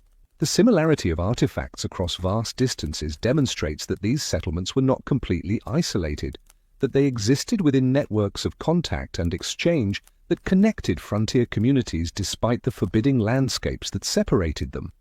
The networks were informal and irregular compared to trade routes in more developed regions, but they functioned well enough to transmit not just objects, but also ideas, techniques, and cultural practices. How did this communication network function without formal infrastructure? Traveling traders certainly played a role, carrying goods and news between settlements. Hunters moving through forests might stop at multiple locations, sharing information as they went. Government officials, though rare, would have connected distant communities through their rounds. Religious figures traveling circuits to serve scattered populations would have been conduits for both spiritual guidance and secular information. But the details of how news traveled, how innovations spread, how collective decisions were made across distances remain largely mysterious. The informal nature of these networks makes them difficult to trace archaeologically. Travelers left little evidence beyond occasional lost objects or brief mentions in documents that focused on official business, rather than the gossip, news, and technical information that likely constituted most of what was shared. Yet the effects of the networks are visible in the spread of innovations and the movement of goods, testifying to connections that functioned beneath the level of official record-keeping. The seasonal rhythms of these settlements are partially visible in archaeological evidence. Certain activities clearly happened at specific times of year, leaving concentrated remains, fish bones suggesting spring or summer processing, evidence of concentrated textile production during winter months when outdoor work was impossible. But the emotional and social rhythms of seasonal life, the anticipation of spring, the desperation of late winter, the brief intensity of summer labor, these can only be inferred, not directly observed. The archaeology gives us the skeleton of seasonal patterns, but not the lived experience of moving through them. The concentration of certain types of debris in specific layers of excavation reveals the annual cycle of activities, but the experience of that cycle, the psychological weight of darkness and cold, the relief when days finally lengthened, the frantic urgency of summer preparations, cannot be recovered from material remains. We know what people did, but can only imagine how it felt to do it. Researchers have found evidence of winter storytelling traditions in the form of carved items that seem to be narrative aids, wooden pieces with sequential imagery that might illustrate traditional tales. But without the stories themselves, these objects remain tantalizingly incomplete. We can see that storytelling happened, that it was important enough to create physical objects to support it, but we cannot recover the actual narratives. This is perhaps archaeology's most fundamental limitation. It can show us that meaning existed but cannot always reveal what that meaning was. The narrative aids are crafted with care, suggesting that the stories they accompanied were valued and that their telling was a significant cultural practice. Some pieces show wear patterns indicating they were handled repeatedly, passed from hand to hand, used again and again through long winters when outdoor activity was impossible, and communities gathered inside to pass time and maintain cultural memory through oral tradition. The question of ritual and belief in these settlements is similarly challenging. The presence of orthodox religious items, crosses, icons, fragments of religious texts, demonstrates that Christian practice continued on the frontier, but the items often show signs of adaptation and syncretic mixing with other traditions. Crosses decorated with non-Christian symbols, icons positioned in ways that suggest they served multiple purposes, religious texts used in fragments for non-religious purposes like patching or insulation. Were these signs of religious decline in isolated conditions, practical adaptations that maintained core beliefs while adjusting practices, or genuine religious innovation creating new forms of spirituality? The archaeological evidence supports multiple interpretations. The mixing of religious and practical functions challenges neat categories of sacred and secular, suggesting that frontier residents may not have maintained the same strict boundaries between religious and ordinary life that characterize more formal religious practice in established communities. The use of religious texts for insulation seems shocking to modern sensibilities, but may have reflected pragmatic attitudes toward material objects combined with internalized faith that did not depend on possession of physical texts. Some zemlyanki contained small alcoves or niches that might have been icon corners, spaces for religious imagery in domestic settings, but similar niches in other structures held entirely secular items, tools, supplies, personal belongings.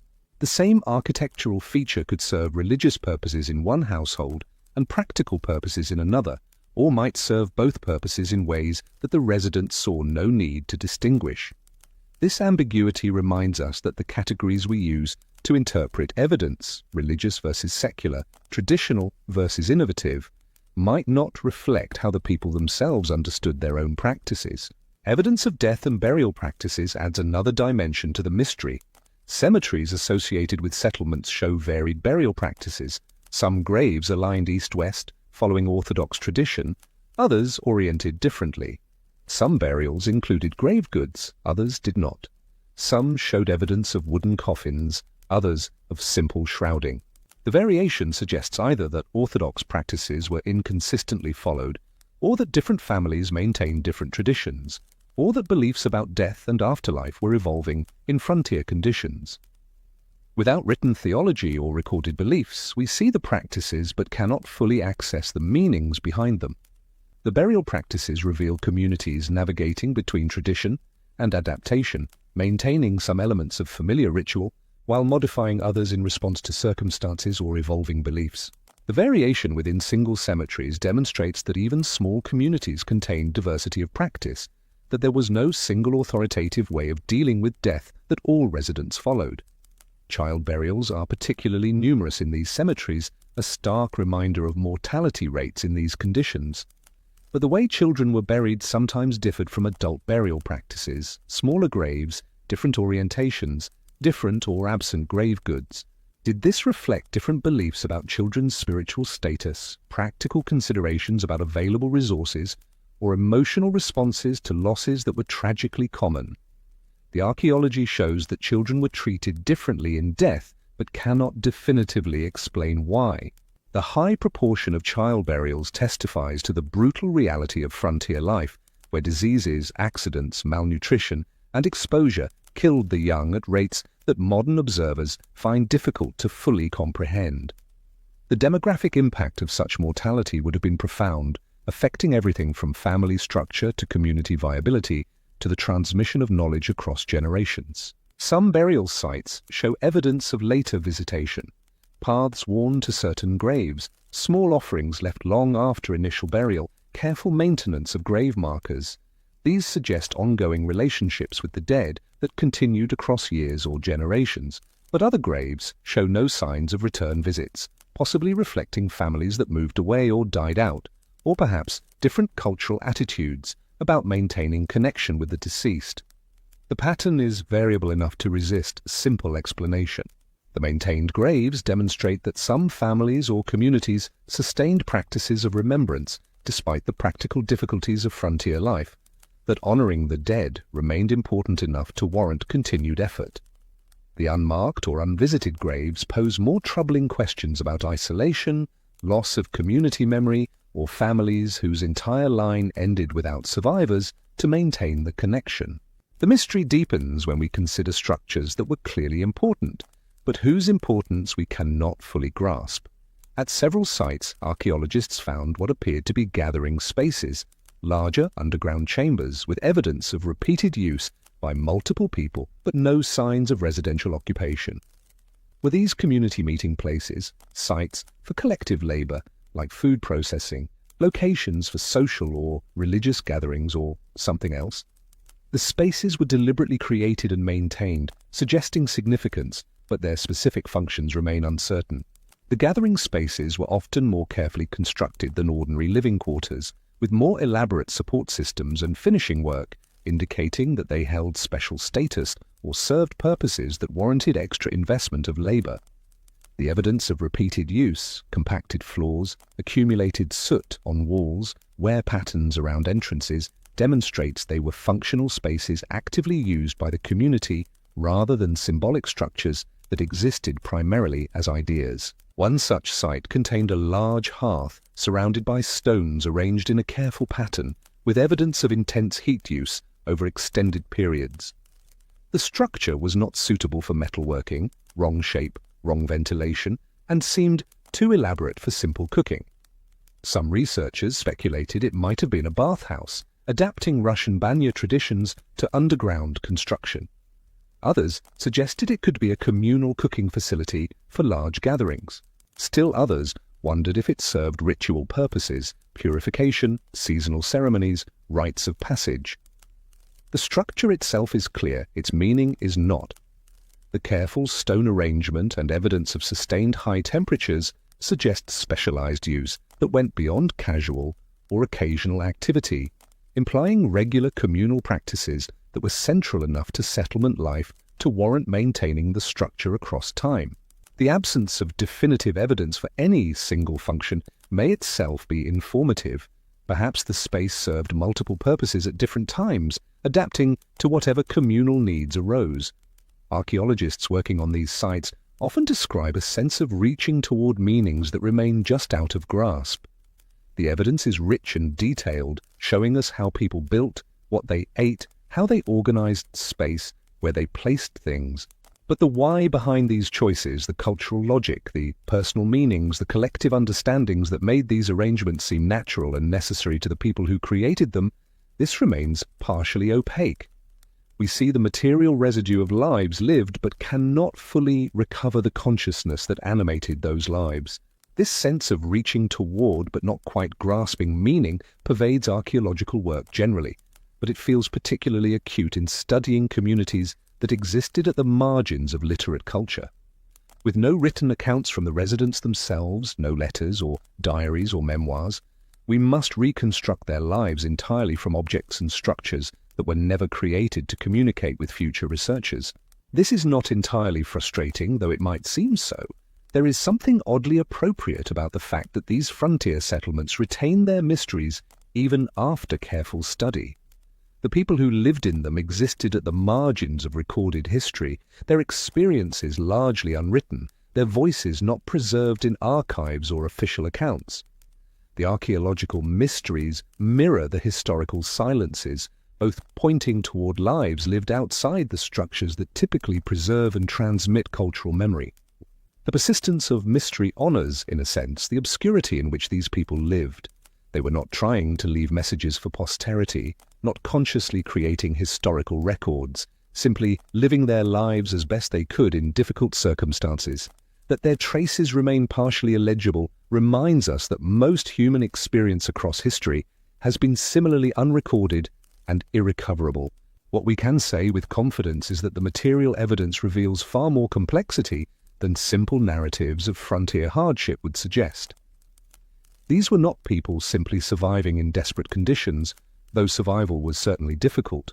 They were people adapting, innovating, exchanging knowledge, making choices about how to organize their lives and spaces, maintaining cultural practices while also transforming them, creating new forms that combined elements from multiple traditions.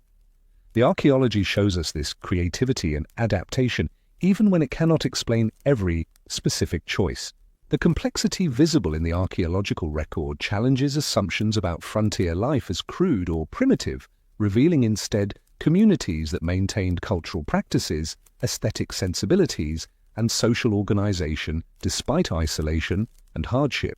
The care taken in constructing even humble structures, the attention to decoration on functional objects, the maintenance of burial practices and communal spaces, all of this demonstrates that these were people trying to live fully human lives, not merely to subsist. The underground structures themselves, those zemlyanki that define the frontier experience, turn out to be less simple than they initially appear. They were not just holes in the ground with roofs, not just practical solutions to practical problems. They were carefully designed spaces that reflected accumulated knowledge, cultural values, practical constraints, and possibly spiritual or cosmological understandings. They were architecture in the fullest sense, shaped space that both responded to and helped create particular ways of living. The sophistication of Zemlyanka design becomes more apparent the more carefully the structures are studied, with features that initially seemed crude or improvised, revealing themselves to be carefully considered solutions to complex problems of heating, ventilation, moisture control, and structural stability. The structures represent vernacular architecture at its most refined, building traditions that emerged from accumulated experience rather than formal training, but that achieved remarkable effectiveness through generations of refinement. That many of their design features remain mysterious does not diminish their significance. If anything, the mysteries remind us that historical understanding is always partial, always incomplete, always reaching toward experiences that cannot be fully recovered. The people who built these structures and lived in them possessed knowledge we have lost, not just technical knowledge about construction, though that too, but experiential knowledge about what it meant to live underground through Siberian winters, to balance Russian and indigenous traditions, to create meaning and dignity in circumstances that seem designed to strip both away. That knowledge cannot be fully retrieved through archaeology alone, but its traces remain in the structures they left behind, posing questions that invite continued exploration and interpretation. The loss of this experiential knowledge represents a kind of historical forgetting that affects not just these particular settlements but countless communities throughout history whose ways of living never entered written record. We can see that they knew things, the evidence demonstrates competence and understanding, but we cannot fully recover what they knew or how they learned it or what it felt like to possess that knowledge. The study of these underground settlements continues, with new sites discovered periodically and new analytical techniques applied to existing evidence. Each excavation adds pieces to the puzzle, but the puzzle itself never quite resolves into a complete picture. Perhaps this is as it should be. These settlements existed at the edge of the known world, places where official knowledge faded and local knowledge became paramount. It seems fitting that they retain some of their remoteness, some of their strangeness, even as we study them. They remain, in important ways, at the margins, not fully integrated into historical narratives, not completely explained by archaeological analysis, not entirely domesticated by academic understanding. Their marginality reflects not just their geographic location, but their position in relation to systems of knowledge and power, too distant from centers of authority to be closely monitored, too small to merit much official attention, inhabited by people whose lives were not considered historically significant by those who controlled the creation and preservation of written records. That we study them now represents a shift in what we consider historically important, but it cannot fully overcome the historical silences that resulted from their marginal status.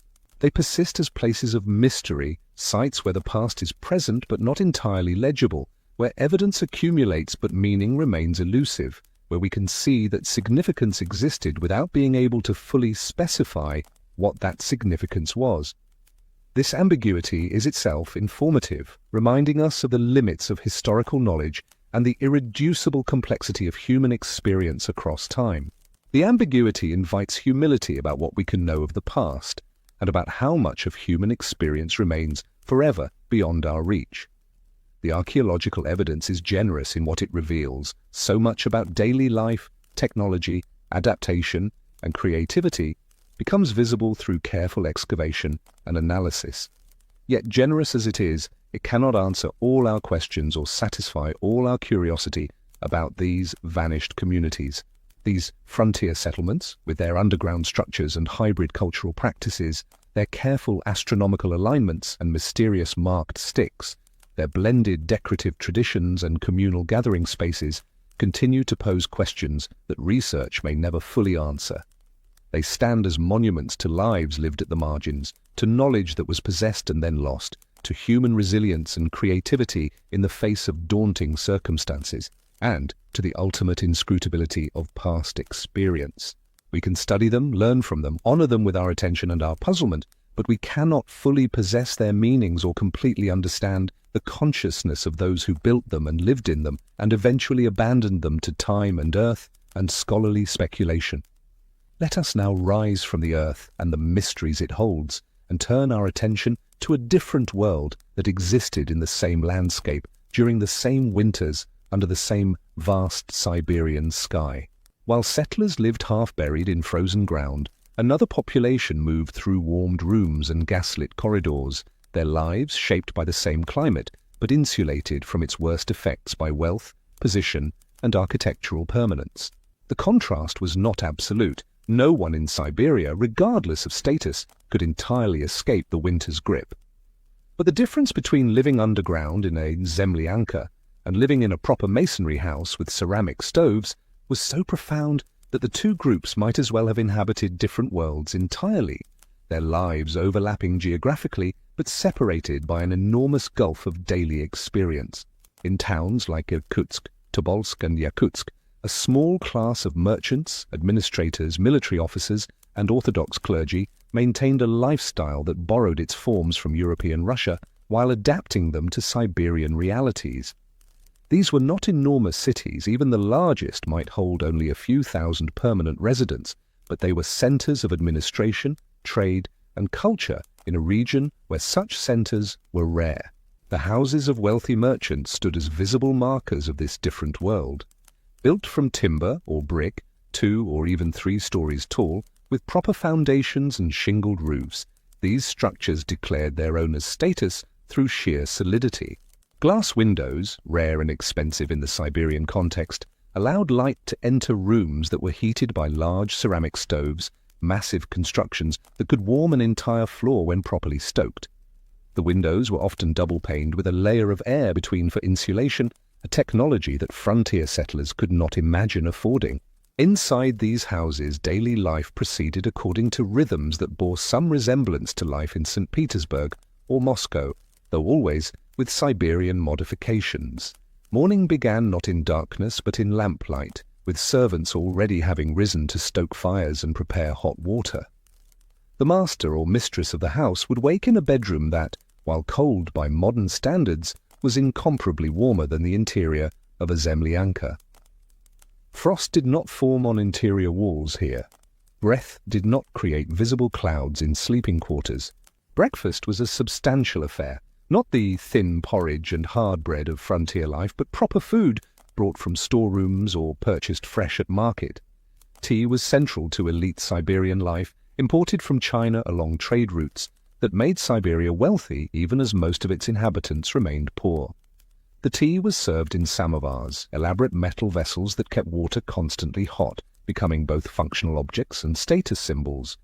A wealthy household might own several samovars of different sizes and designs, each appropriate to different social occasions. The tea itself was drunk from porcelain cups or glasses, sweetened with sugar that traveled thousands of miles to reach Siberian tables. This simple daily ritual, drinking hot tea in a warm room, represented a level of comfort that was simply unavailable to the underground settlers living just miles away. Food supplies for elite households came through different channels than those available to common settlers.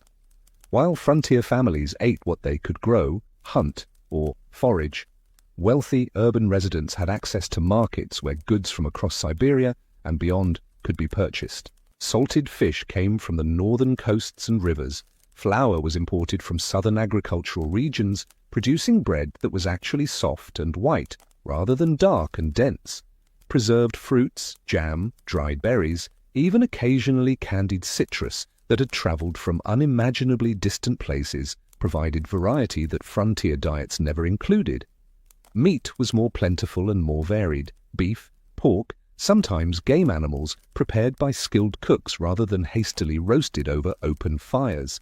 The wealthy did not personally perform most domestic labor. Servants, often recruited from the same populations that supplied frontier settlers, people whose circumstances left them with few options, maintained fires, prepared food, cleaned rooms, hauled water, and performed the countless tasks necessary to maintain a comfortable household. This created an interesting dynamic where the elite class could remain largely ignorant of the practical challenges their lifestyle depended on overcoming. A merchant's wife might complain about the cold while being entirely unaware of what cold actually meant to someone living underground without adequate heating. She knew winter was difficult because her servants mentioned it, because sometimes goods became temporarily unavailable because social events occasionally had to be cancelled due to extreme weather. But she experienced these as inconveniences rather than existential threats. The clothing of the elite marked them as distinctly as their housing. Fur was ubiquitous across all classes in Siberia. The climate demanded it, but the quality and variety of furs created clear status distinctions. A frontier settler might own a single fur coat made from locally available pelts, worn until it fell apart and then patched together for more years. A wealthy merchant might own multiple fur garments made from sable, fox, or imported furs. Each coat, representing more wealth than a settler family might accumulate in a lifetime. Beneath the furs, the elite wore layered clothing made from wool, silk, and cotton, fabrics that required either extensive trade networks or direct importation. The women wore dresses cut in styles that approximated current European fashion, though always a few years behind and adapted for Siberian conditions with additional layers and modifications for extreme cold. Men wore coats and trousers that signaled their profession and status, military officers in uniform when appropriate, merchants in solid practical clothing that nevertheless showed quality materials and good tailoring, administrators in dress that marked their connection to imperial authority. These clothes were not just covering, but communication, announcing who you were and what position you held in the social hierarchy. Daily schedules for the elite bore little resemblance to the dawn-to-dark labor patterns of frontier settlers. A merchant might wake at a reasonable hour, take breakfast with his family, then proceed to his office or warehouse to conduct business. This business was often the fur trade, Siberia's primary export, and the source of most accumulated wealth in the region. Merchants negotiated with hunters and trappers who brought pelts from the deep forest, assessed quality, arranged transport to distant markets, managed complex credit relationships that stretched across years and thousands of miles. The work required skill and knowledge, certainly, but it was conducted in heated rooms, involved primarily mental rather than physical labor, and offered opportunities for substantial profit. A successful fur merchant could become wealthy by any standard, accumulating resources that would have seemed fictional to the people actually catching the animals whose pelts generated that wealth. Administrative officials, governors, tax collectors, judges, postal administrators maintained the skeletal structures of imperial governance across Siberia's vast distances. Their work was often frustrating, trying to impose bureaucratic order on regions that were barely mapped, recording information about populations who moved frequently and evaded official notice, collecting taxes from people who had little money and many ways to avoid payment. But the work was conducted from positions of relative comfort and authority. An official might complain about the difficulties of Siberian service, the remoteness, the cold, the distance from cultural centers, while living in housing that was luxurious by local standards and exercising power that frontier settlers could never access. The gulf between official understanding of Siberian life and actual conditions was often enormous. Reports sent back to St. Petersburg describe settlements in administrative terms, population counts, agricultural production, tax revenues, that bore only loose relationship to lived reality. Officials who ventured out to inspect frontier settlements returned with stories of hardship that their colleagues in town offices found exaggerated or sensationalized. The bureaucratic apparatus simply lacked frameworks for accurately representing what life was actually like at the margins, so it defaulted to comfortable fictions that made the frontier seem more ordered and manageable than it was. Military officers stationed in Siberian garrisons occupied an interesting social position.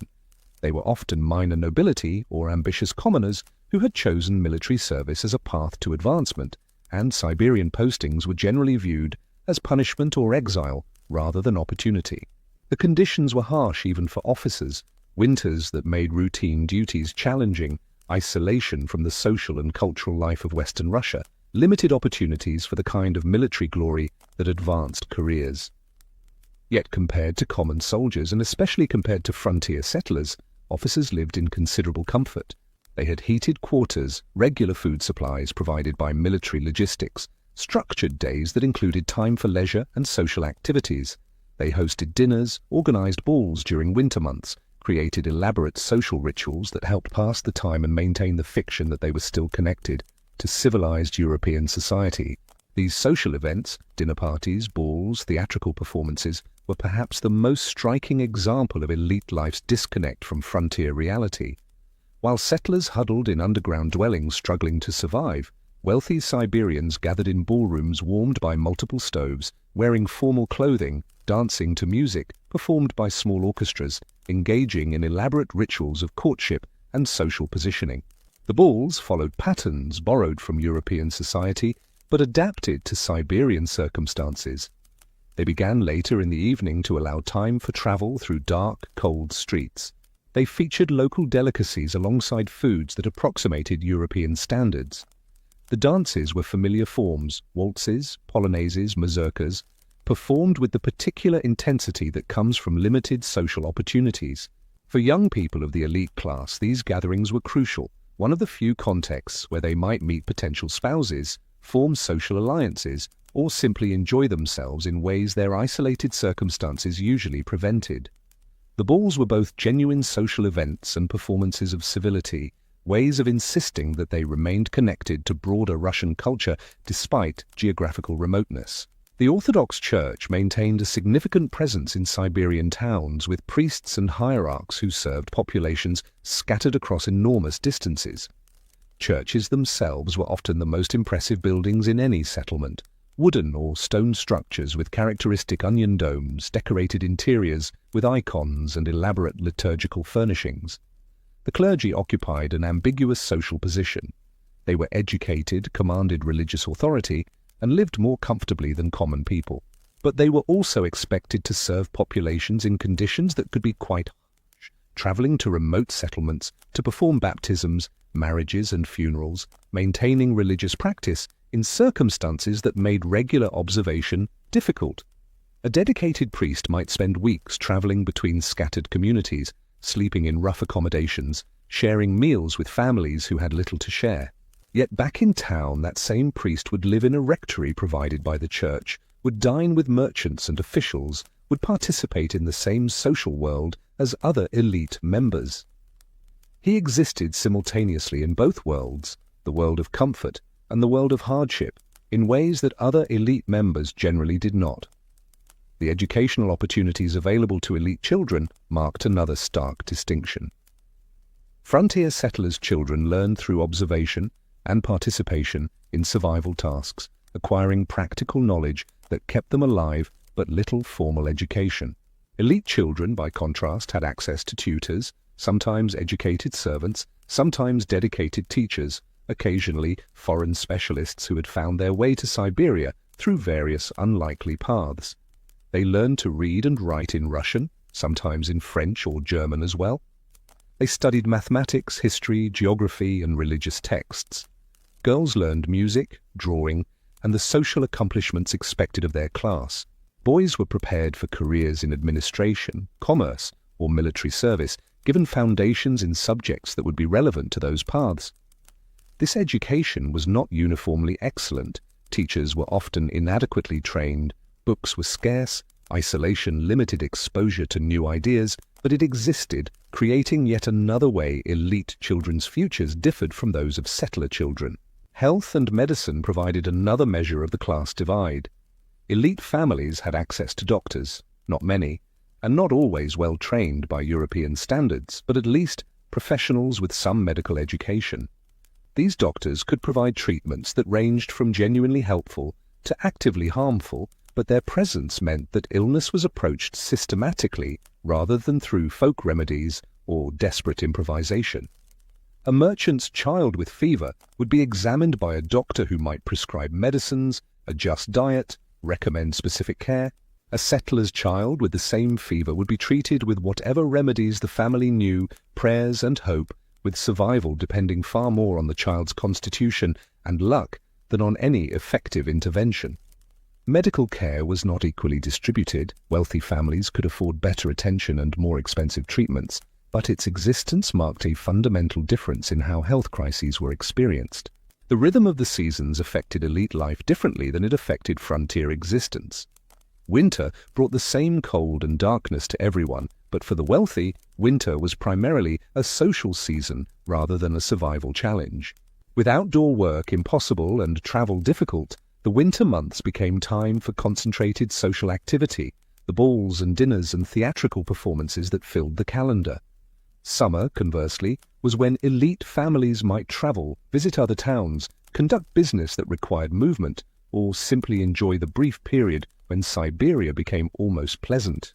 For frontier settlers, the seasonal rhythm was reversed. Winter was survival mode, all energy focused on staying alive, while summer was frantic labor trying to produce and store enough to survive the next winter. The same seasons, experienced so differently that they barely seemed to describe the same annual cycle. Yet the elite world was more fragile than it appeared. Wealth in Siberia was often unstable, dependent on trade networks that could be disrupted by politics, weather, or simple bad luck. A merchant who seemed prosperous could be ruined by a failed shipment, a bad debt, or changes in fur prices. Official positions offered security but also required maintaining favor with superiors who were thousands of miles away and might change without warning. Military careers in Siberia rarely led to advancement. Officers who spent too long in remote posts found themselves forgotten when opportunities for promotion arose. The elite lifestyle required constant effort to maintain, constant navigation of relationships and opportunities, constant awareness that their comfortable position was not as secure as it might appear. Moreover, elite life in Siberia carried its own forms of suffering that, while incomparable to frontier hardship, were nevertheless real to those experiencing them. The isolation was profound, being cut off from the cultural and intellectual life of European Russia, from family and friends, from the opportunities and diversions that made life interesting. Letters took months to arrive. News was always old by the time it reached Siberia. Trends and fashions were outdated before they could be adopted. For educated, cultured people, and many members of the Siberian elite were both, this isolation could be psychologically devastating. Women of the elite class faced particular challenges. They were expected to maintain European standards of behavior and appearance in circumstances that made this extraordinarily difficult. They were supposed to manage households, raise children, participate in social life, and embody civilized values while living in a place that seemed fundamentally opposed to civilization.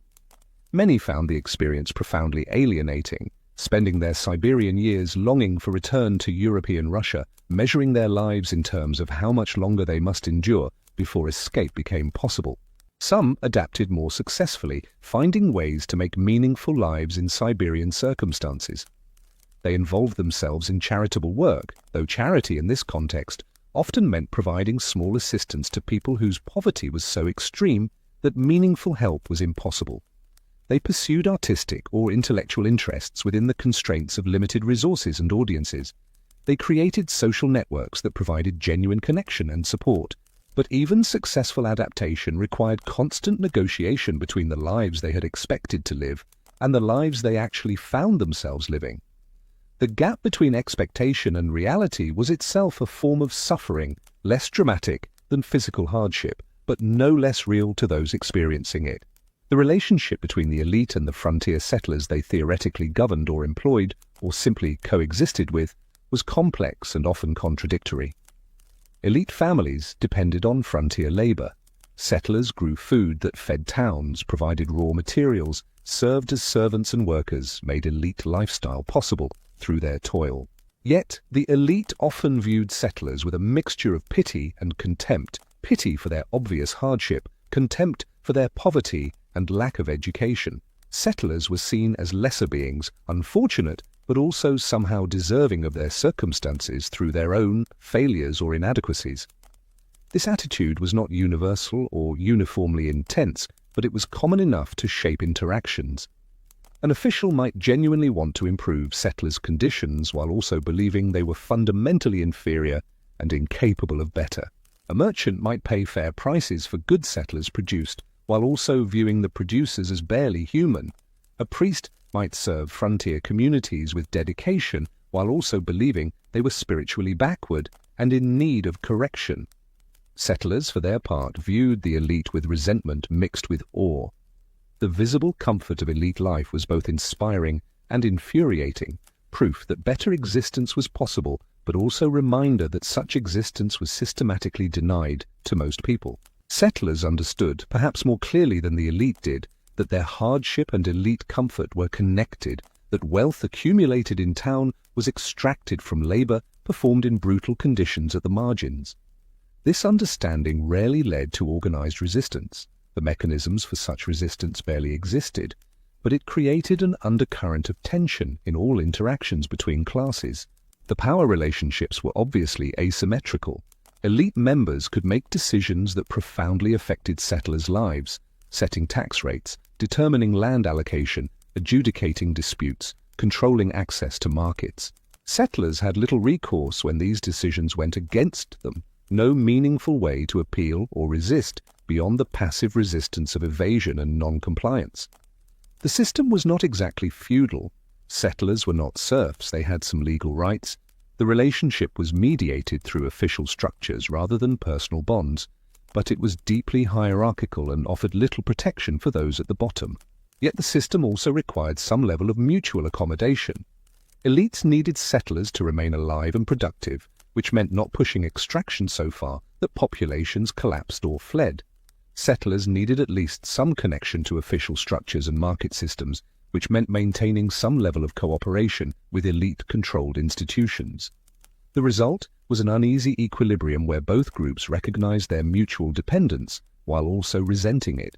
The physical geography of Siberian towns reflected these social divisions. Elite families lived in the center, near administrative buildings and churches, in substantial houses with enclosed yards. Workers, servants, and poorer residents lived in outer districts in smaller structures that were closer to zemlyanki than to proper houses. Frontier settlers visiting town would stay in these outer areas, in cheap lodging or with relatives, rarely entering the central districts except for specific purposes, selling goods, settling legal matters, attending church on major holidays. The town's layout made social hierarchy visible and reinforced it through daily experience. You could read someone's status by where they lived, which streets they walked, which establishments they entered. This spatial organization was not rigidly enforced. There were no laws prohibiting settlers from central areas, but social pressure and practical necessity maintained it effectively. A frontier settler in rough clothes would feel profoundly out of place in Merchants' District, and that feeling of displacement served to keep boundaries intact without requiring explicit policing. Markets were one of the few spaces where classes mixed with some regularity. Settlers brought produce, furs, and other goods to sell. Elite members or their servants came to buy. The market was regulated, officials set prices, collected fees, monitored for fraud, but it was also chaotic, noisy, a place where social rules were somewhat relaxed. Conversations happened across class lines in markets that would never occur in other contexts. A merchant's wife might chat with a settler woman about vegetable quality, establishing momentary human connection that existed outside the usual hierarchical frameworks. But these moments of connection were fleeting and did not fundamentally alter power relationships. Winter transformed towns just as it transformed frontier settlements, though in different ways. The cold was still severe, darkness still profound, isolation still intense. But town residents had resources to manage these challenges. Substantial buildings held heat, stored food was more diverse and reliable, social activities provided distraction and structure. The winter months in town could even be pleasant, in their way, a time of concentrated social life, of gathering with others around fires and samovars, of creating artificial warmth and light to push back against the natural darkness. Yet even for the elite, winter carried psychological weight.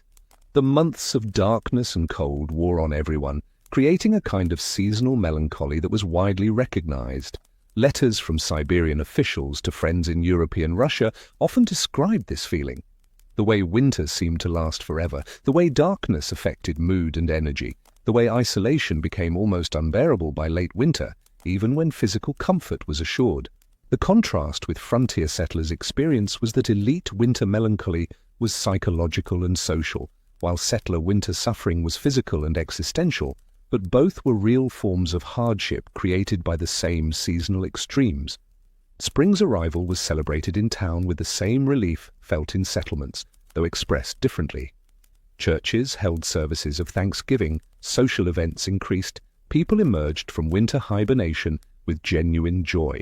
The first warm days were occasions for excursions outside town, for examining gardens and planning improvements, for feeling that life had returned after months of suspension.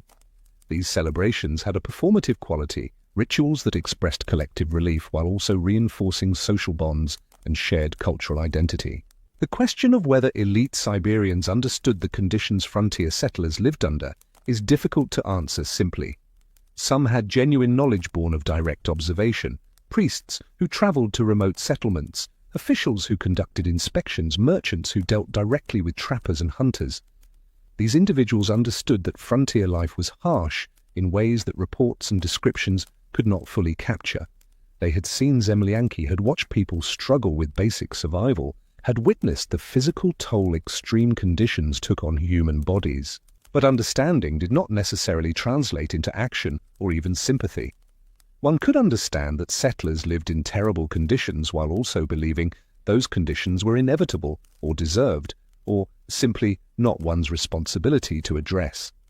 The gap between knowledge and caring was wide, maintained by social ideologies that naturalized inequality and by simple self-interest that discouraged too much empathy for those whose labor supported one's own comfort.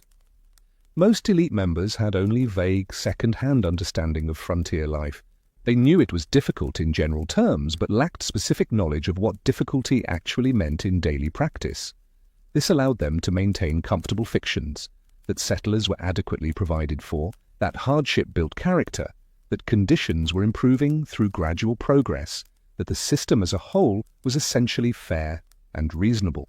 These fictions were necessary psychological defenses, ways of avoiding the moral implications of their own comfortable lives. To truly understand and acknowledge frontier suffering would require confronting uncomfortable questions about justice, about the distribution of resources, about their own complicity in maintaining systems that concentrated comfort for some through the hardship of others. Most elite Siberians preferred not to confront these questions, and the physical and social distance between town and frontier made it easy to avoid them. The two worlds coexisted in the same landscape, under the same sky, subject to the same winter cold. But they remained separate in crucial ways: different architectures, different daily rhythms, different relationships to survival and comfort, different futures available to children born into each world. The separation was maintained through wealth, power, and social structures that made inequality seem natural and inevitable rather than constructed and contestable. Yet, the separation was never complete. Elite comfort depended absolutely on frontier labor: the food that fed towns, the furs that generated wealth, the timber that built houses, the simple fact of settlement that allowed Siberia to be incorporated into Russian imperial structures.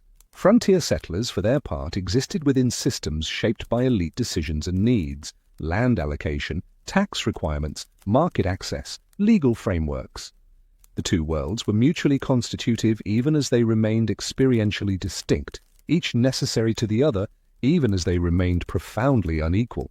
This was the fundamental paradox of Siberian society in the period of frontier settlement: a world divided between underground and above ground, between survival and comfort, between those whose daily effort went towards simply continuing to live and those whose lives offered possibilities beyond mere survival. Both groups inhabited the same winter, but they inhabited it from such different positions that they might as well have been in different worlds entirely, their experiences of the same season bearing so little resemblance that they could barely be compared.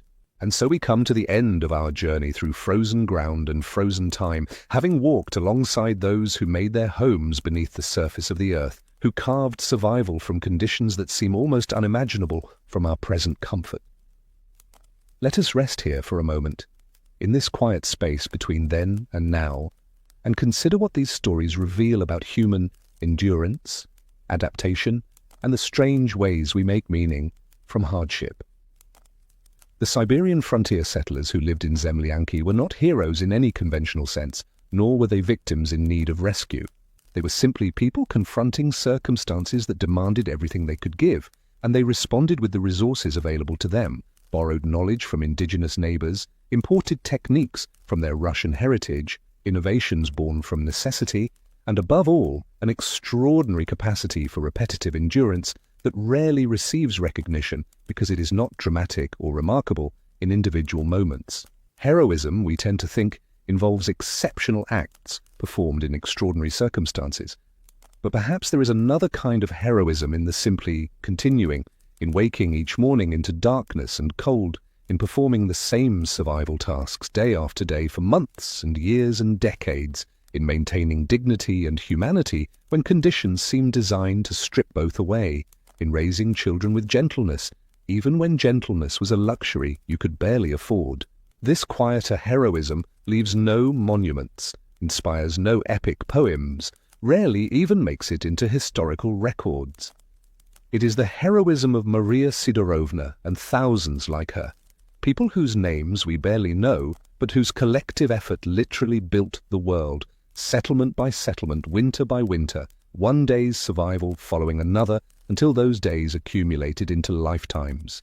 The underground dwellings themselves, those mysterious structures with their puzzling ventilation systems and ambiguous purposes, remind us that we can never fully recover the past, never completely understand what life felt like to those who lived it. The archaeology gives us fragments, traces, evidence of presence but not of consciousness. We can see the smoke channels they built but cannot fully grasp the logic that shaped those designs. We can recover their tools and dishes but cannot taste the meals they prepared or feel the particular cold of their winters or understand the texture of their daily experience. This incompleteness is not a failure of scholarship but a fundamental condition of historical understanding. The past exists in the traces it leaves, but those traces are always partial, always requiring interpretation, always leaving spaces that cannot be filled. The mysteries surrounding the Zemlyanki, the unexplained architectural features, the ambiguous artifacts, the cultural practices that left material evidence but not clear meanings, these mysteries are appropriate in their way. They honor the complexity and particularity of lives lived outside the systems that typically preserve and transmit cultural memory. The elite world we examined, that realm of heated houses and formal balls, of tea in samovars and imported luxuries, existed simultaneously with frontier suffering and was made possible by it. This is perhaps the most uncomfortable truth our journey has revealed, that comfort and hardship are not separate phenomena, but connected aspects of the same social systems. The warmth of a merchant's house was paid for, in part, by the labor of people freezing in underground dwellings. The elaborate social rituals of town life were sustained by extraction from those who had almost nothing to give. This does not mean the elite were villains or the settlers were saints, moral categories that simply rarely fit historical realities. It means that social systems distribute resources and hardships unequally, that some people's possibilities depend on other people's constraints, that privilege and deprivation exist in relationship rather than isolation. The elite Siberians experienced their own forms of suffering, isolation, psychological strain, the weight of living in conditions that, while incomparably better than frontier circumstances, were still harsh by the standards of European Russian society they had left behind. These sufferings were real to those experiencing them, even if they were categorically different from the sufferings of underground settlers. The capacity to recognize both kinds of hardship without equating them, to acknowledge that systems can harm everyone involved while harming some far more than others, to maintain this complexity rather than collapsing into simple moral narratives. This is part of what historical study teaches us, if we let it. What strikes most powerfully, perhaps, as we prepare to leave this frozen world behind, is the sheer endurance these lives required. Not the endurance of a single crisis survived or a dramatic challenge overcome, but the endurance of unending repetition, winter following winter following winter, each one requiring the same exhausting effort, the same constant vigilance, the same suppression of comfort and hope. The rhythm of those lives was so different from the rhythms most of us inhabit now, in our climate-controlled environments where seasons affect us primarily aesthetically rather than existentially. We can barely imagine what it meant to know with absolute certainty that winter was coming and would last for months and might kill you if you made mistakes, or even if you didn't make mistakes, but simply encountered bad luck. We can barely conceive of daily life spent almost entirely underground, in spaces so dark that most activities happened by feel rather than sight, in cold that never fully left even when fires were burning, in air thick with smoke because adequate ventilation was impossible to achieve. The sensory deprivation alone would be overwhelming by contemporary standards: the lack of light, the narrowness of space, the absence of privacy, the constant presence of earth pressing close on all sides. Yet people lived entire lifetimes in these conditions. They fell in love, raised children, told stories, laughed, argued, dreamed, maintained their humanity in circumstances that seemed calculated to crush it. This is both humbling and strangely encouraging. Humbling because it shows how soft our own lives are by comparison, how little hardship most of us actually face, despite our tendency to perceive our own struggles as significant. Encouraging because it demonstrates the extraordinary adaptability and resilience humans possess when circumstances demand it. The settlers did not merely survive, though survival itself was an achievement. They also adapted, creating new cultural forms that blended Russian and indigenous traditions, developing architectural innovations that solved problems their ancestors had never faced, maintaining social bonds and collective memory in conditions of extreme isolation. They found ways to make meaning even in lives that seemed defined by meaningless repetition. They created dignities out of nothing, maintained hopes that reason suggested were foolish, persisted because the alternative was unthinkable. As we emerge from these underground spaces, as we leave behind the world of Maria Sidorovna and her nameless neighbors, we carry with us certain recognitions. We understand, perhaps more clearly than before, that comfort is not a given, but an achievement maintained through countless systems and labors that usually remain invisible. We recognize that the physical circumstances of life profoundly shape what kinds of experiences and possibilities are available to people, that architecture is not neutral, but creates and constrains ways of being human. We see that hardship can be chronic rather than acute, grinding rather than dramatic, and that this grinding hardship requires its own kind of courage that rarely receives acknowledgement. We might also carry a new appreciation for the simple facts of our own existence: the light that comes from switches, the heat that flows from vents, the food that appears in markets without requiring months of anxious preparation, the medical care available when illness strikes, the leisure time we possess to pursue interests beyond mere survival. These are not universal human conditions, but specific historical achievements, unevenly distributed now as they were then. The Siberian frontier settlers' experiences remind us that most humans throughout history have lived closer to their conditions than to ours, that what we consider normal, comfort, security, predictability, would seem miraculous to people like Maria Sidorovna. This recognition need not produce guilt exactly, but perhaps a certain humility, a certain gratitude, a certain awareness that our own circumstances are contingent rather than natural or inevitable. The underground world we have explored exists now only as traces, archaeological sites being slowly excavated, historical records that barely mention the lives we have imagined, oral histories collected generations after the fact and filtered through many retellings. The actual Zemlyanki have mostly collapsed, their logs rotting back into the earth they were carved from, their carefully designed ventilation systems filling with soil, their hearths growing cold forever.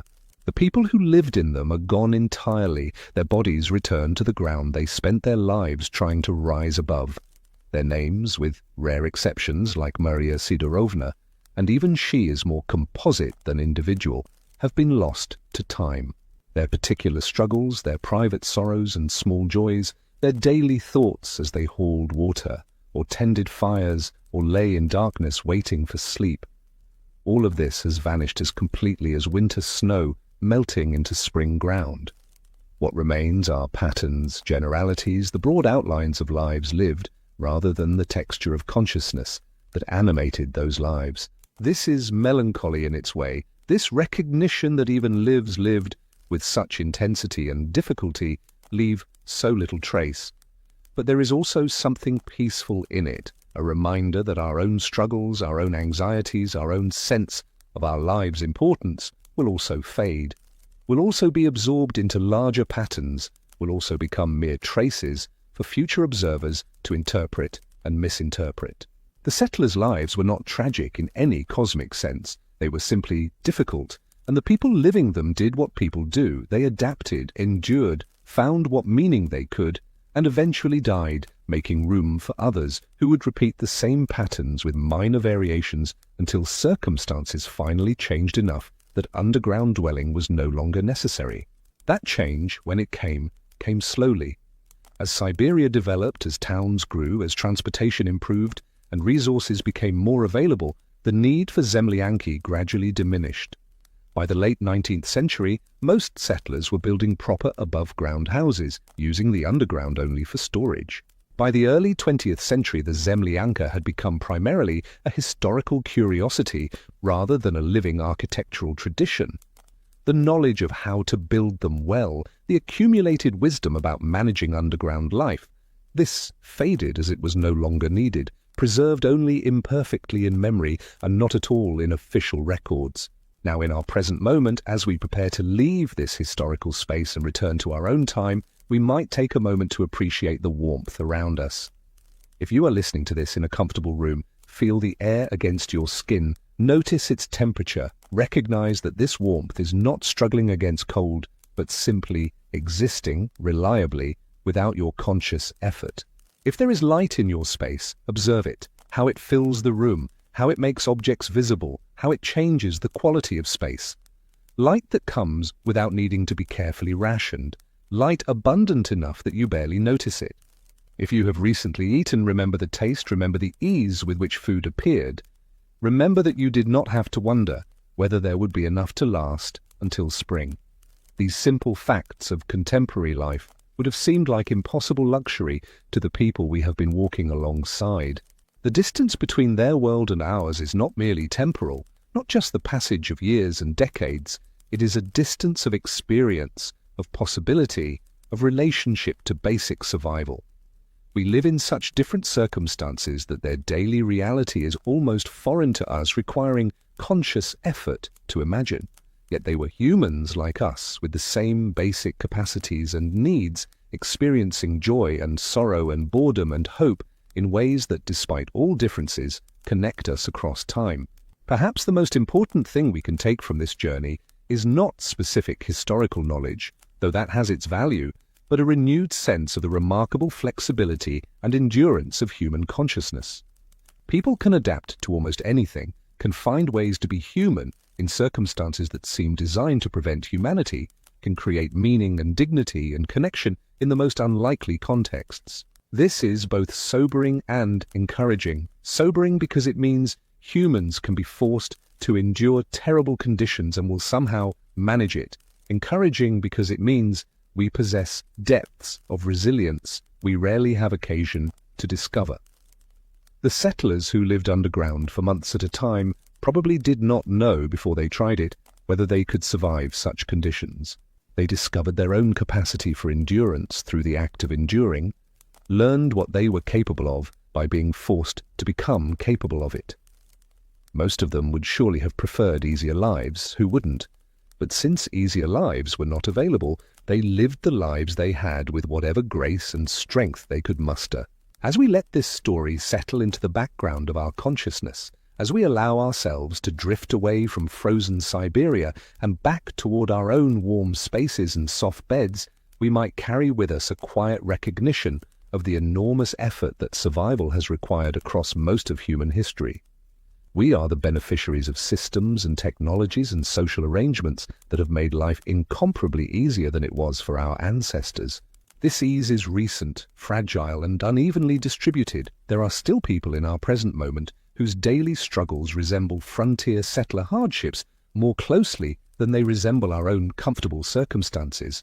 But for those of us fortunate enough to live in comfort, there is value in occasionally remembering what comfort actually means, what it represents, what enormous distance separates our daily experience from the daily experience of most humans who have ever lived. The underground world of Siberian frontier settlements is gone now, surviving only in archaeological traces and historical imagination. The people who inhabited that world are gone too, their particular consciousnesses extinguished as completely as their fires. But we can still, with effort, reach across time and try to understand what that world was like, what it demanded, how people responded to its demands. This reaching is what historical consciousness means, not just knowing facts about the past, but trying to feel, however imperfectly, what it was like to live in times and places very different from our own. The effort is always incomplete, always mediated by our own perspectives and circumstances, always limited by the fragmentary nature of evidence. But the effort itself has value, creating connections across time, reminding us that our own moment is not universal or eternal, but one particular configuration of human possibility among countless others. And now, as this journey draws to its close, as the voices of the past fade back into silence and the underground dwellings return to the earth that always surrounded them, let yourself rest. You have traveled far tonight, through cold landscapes and difficult times, through lives lived at the edge of endurance. You have seen how people survived when survival seemed impossible, how they maintained humanity in inhuman conditions, how they continued day after day through winters that seemed endless. You have glimpsed both the hardship of underground existence and the equally real, if different, hardship of elite isolation, have understood something about how social systems create comfort for some through the deprivation of others. These are heavy knowings in their way, but you need not carry them into sleep. Let them settle quietly in your mind, becoming part of your understanding without weighing on your rest. As you lie in your own comfortable space, so much warmer, so much lighter, so much softer than any Zemlyanka, feel gratitude if you can, but feel also the simple peace of being here, now, in this moment that is yours. The past we have explored is finished, its struggles complete, its winters finally ended in the permanent spring of historical distance. The settlers who endured those winters have long since found their rest, their bodies returned to the Siberian earth, their consciousness dispersed into the great silence that waits beyond all living. They are at peace now in a way they rarely were during their difficult lives, and we can honor their memory by accepting the peace available to us. Let your breathing slow, matching the rhythm of accumulating snow, soft, steady, unrushed. Let your body sink into whatever holds it, accepting support the way frozen ground accepted the weight of Zemlyanki roofs. Let your mind release its hold on these stories, these images, these difficult knowings, allowing them to drift away like smoke through carefully designed ventilation channels, dissipating into darkness. The past is far away now, and you are here, safe, warm, carried towards sleep by the simple fact of your own breathing. The rhythm of your breath becomes the rhythm of seasons, turning, winter yielding eventually to spring, cold giving way to warmth, darkness accepting light. But for now, in this moment, there is only the gentle descent into rest, the quiet closing of consciousness, the soft embrace of sleep waiting to receive you. Let yourself go now. The journey is complete. The stories have been told. The underground world has released you back into your own time and place. There is nothing more you need to do, nowhere else you need to go, no effort required except the simple allowing of sleep to come. And it will come, gentle and inevitable as spring, carrying you down into depths more comfortable than any Zemlyanka, into darkness that is restful rather than oppressive, into a silence that heals rather than isolates. Sleep well, traveler. The past is settled, the present is quiet, and tomorrow, that distant tomorrow, will take care of itself. For now there is only this: the soft giving way, the gentle release, the peaceful descent into dreams or dreamless rest, whichever finds you first. The winter is over. Spring has come, not to frozen Siberia, but to you, here, now, in the warmth and safety of your own resting place. Let the last of the cold melt away.